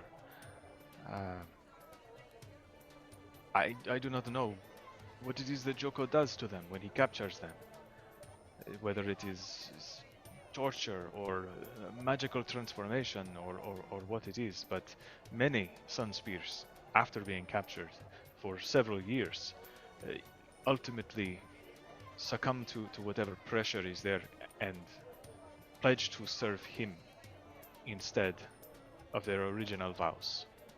Iberu himself, for several years now, has been hunting those he used to call brothers.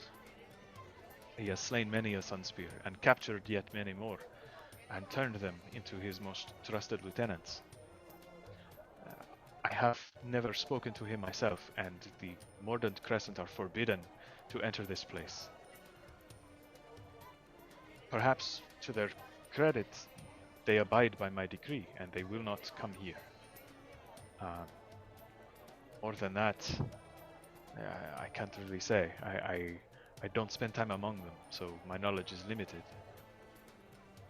Oh, that's okay. That's enough. I appreciate your helpful insights.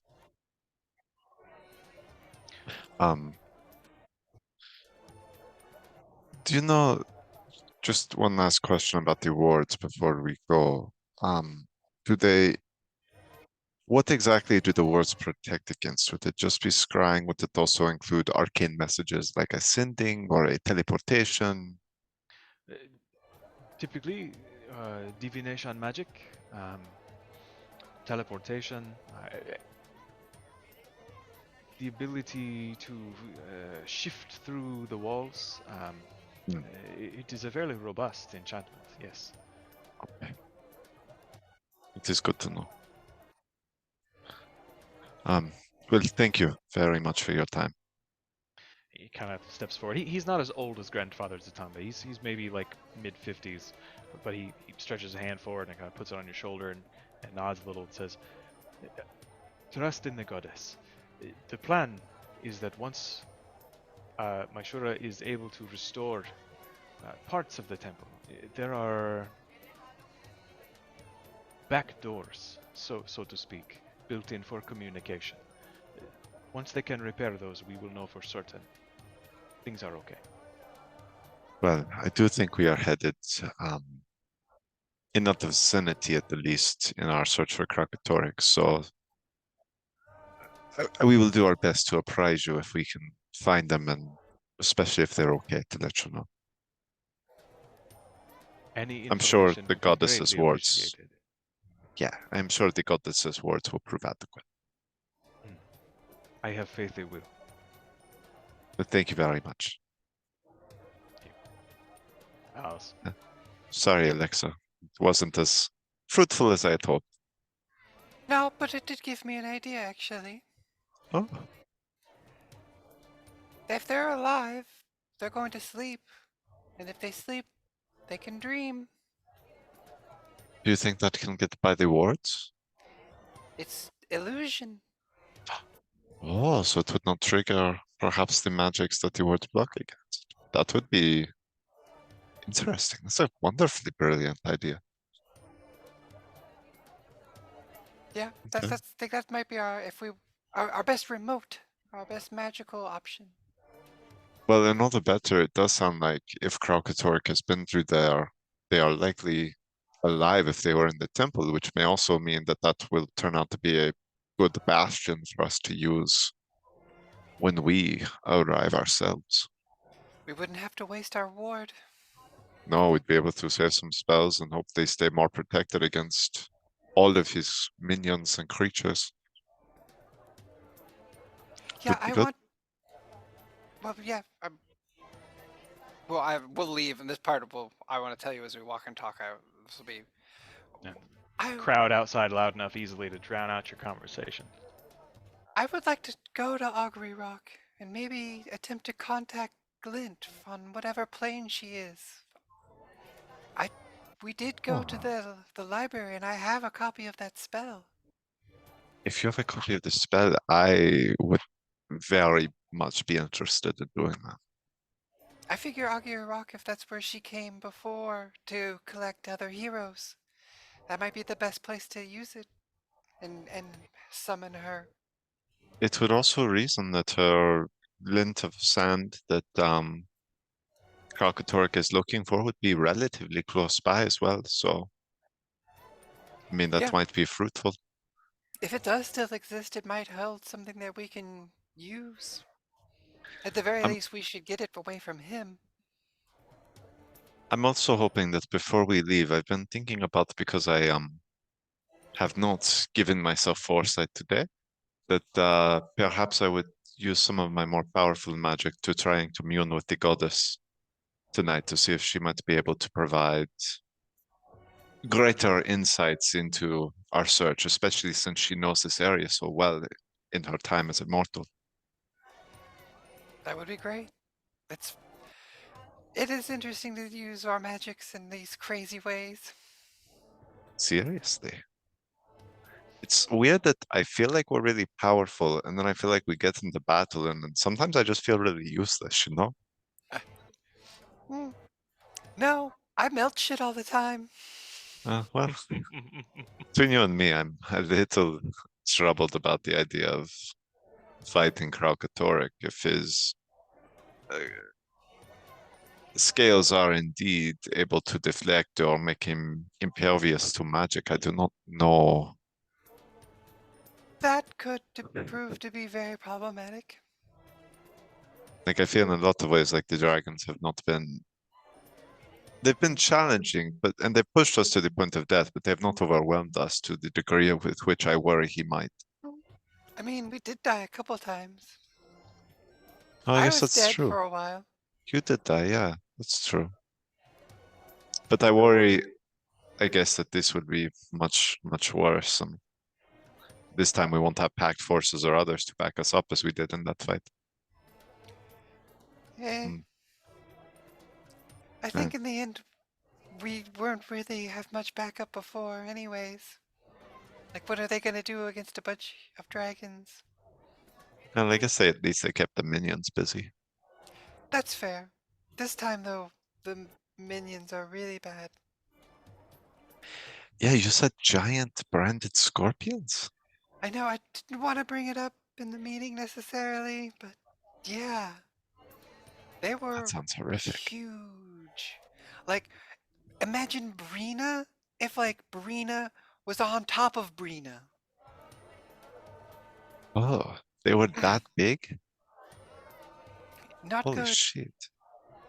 Yeah, I really don't think we want to fight more of those things than we have to. Though, maybe they would be good to test out our magic against in preparation for the battle with Kralkatorrik. Perhaps we could do a little experimentation of our own to see what kinds of magics are main effective against that carapace. I'm sure they're branded ones that might have, like, low-level resistance. That's absolutely what we need to find out. Yeah, because I don't know if is he just going to be immune? Will he be able to reflect it back at us? Do certain types of magic work? There just is not enough information, and I do not want to find out in the middle of I our was gonna fight. say, we only have one chance to get it right. Yeah, because if we use a high level spell and he's immune or it reflects back, yeah, we're likely to die. Yeah. Yeah. We'll have a good story written about us, because, you know, Birdie will live. That's true, though, to be fair, the story he tells will put us all as pieces of shit and himself as the heroic leader that turned those pieces of shit into a somewhat accomplished force. I suppose that's true. But it's better to be not forgotten. That's true, and it will be beautifully sung. I mean, as loath as I am to admit it sometimes, he is an incredible performer. Oh, yeah. Have you tried on that glitter outfit yet? I did, but it took me a lot of prestidigitation to get the glitter out of certain areas, you know? Like it just Yeah, I would haven't not even go away. shifted into it yet. Won't do it. It also looks really bad. It's just like he pulls it off, but I swear to God, on everyone else, It it is looks tacky. just spray painted on in terms of leaves nothing to the imagination. Well, I guess I could sending. Well, we know where they are. They're at the Grand Hook. I think, yeah, that's where they were going because Bertie said there was the thing about the painting. I don't know if that's part of, or if he's just wanting to Right, gamble. the painting. But then earlier he did say too that the painting wasn't, so I don't know. Maybe I misheard him. I thought I'm just confused. It's like a hush hush with the council. They want us to get it taken care of before we go to the dragon.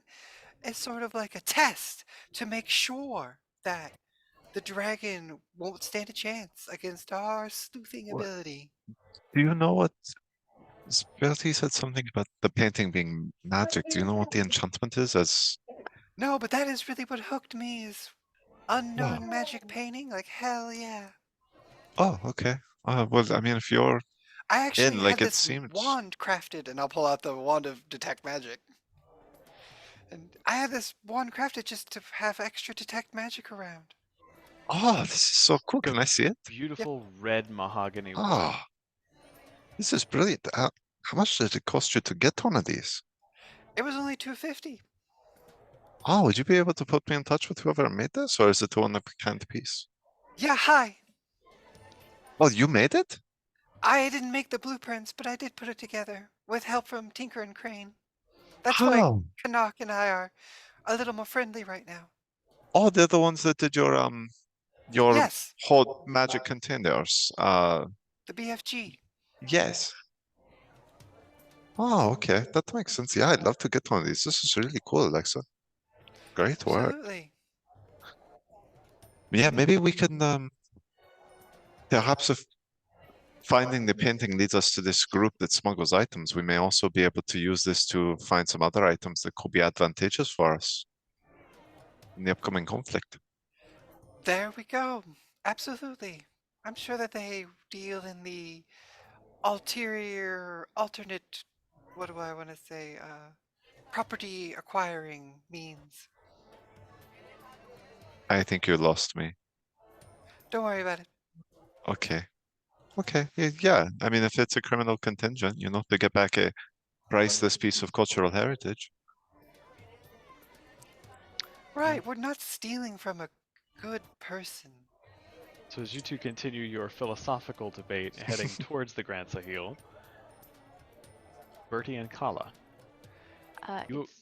It is. It's 6:10. Does anybody have a hard out? I think someone needed to go tonight earlier. I need to go around like 6:30. I can be flexible. I feel like this is a good place to call it. Yeah, I'm happy to stop here if we want Good- to come back good to the place? Grand Sahil. Yeah. Seems like a Alright. good place to pick it up, yeah. Then when we I feel resume, like the casino could take a while. Yeah. Better we not will start that part. Yeah, so Yeah. pick back up with Kala and Bertie entering the Grand Sahil. That sounds perfect. But what is the gambling limit on this casino? That's the real question. Oh, that's That is the I big believe question. I believe I heard that it's higher. I don't know how much higher, but I vaguely recall hearing that. Maybe that was just my own imagination, but It is higher, although this is not downtime gambling. There are actual games to be played here. Oh, Oh, this is good. So we will come back to that next time. Is there also a deck of mini things that we can play with? There in is this not a deck casino? of many things in this Oh casino. man. Ah, It's in the back of the casino. where's old Sheila when you need her? That would be the greatest gambling game. That'd be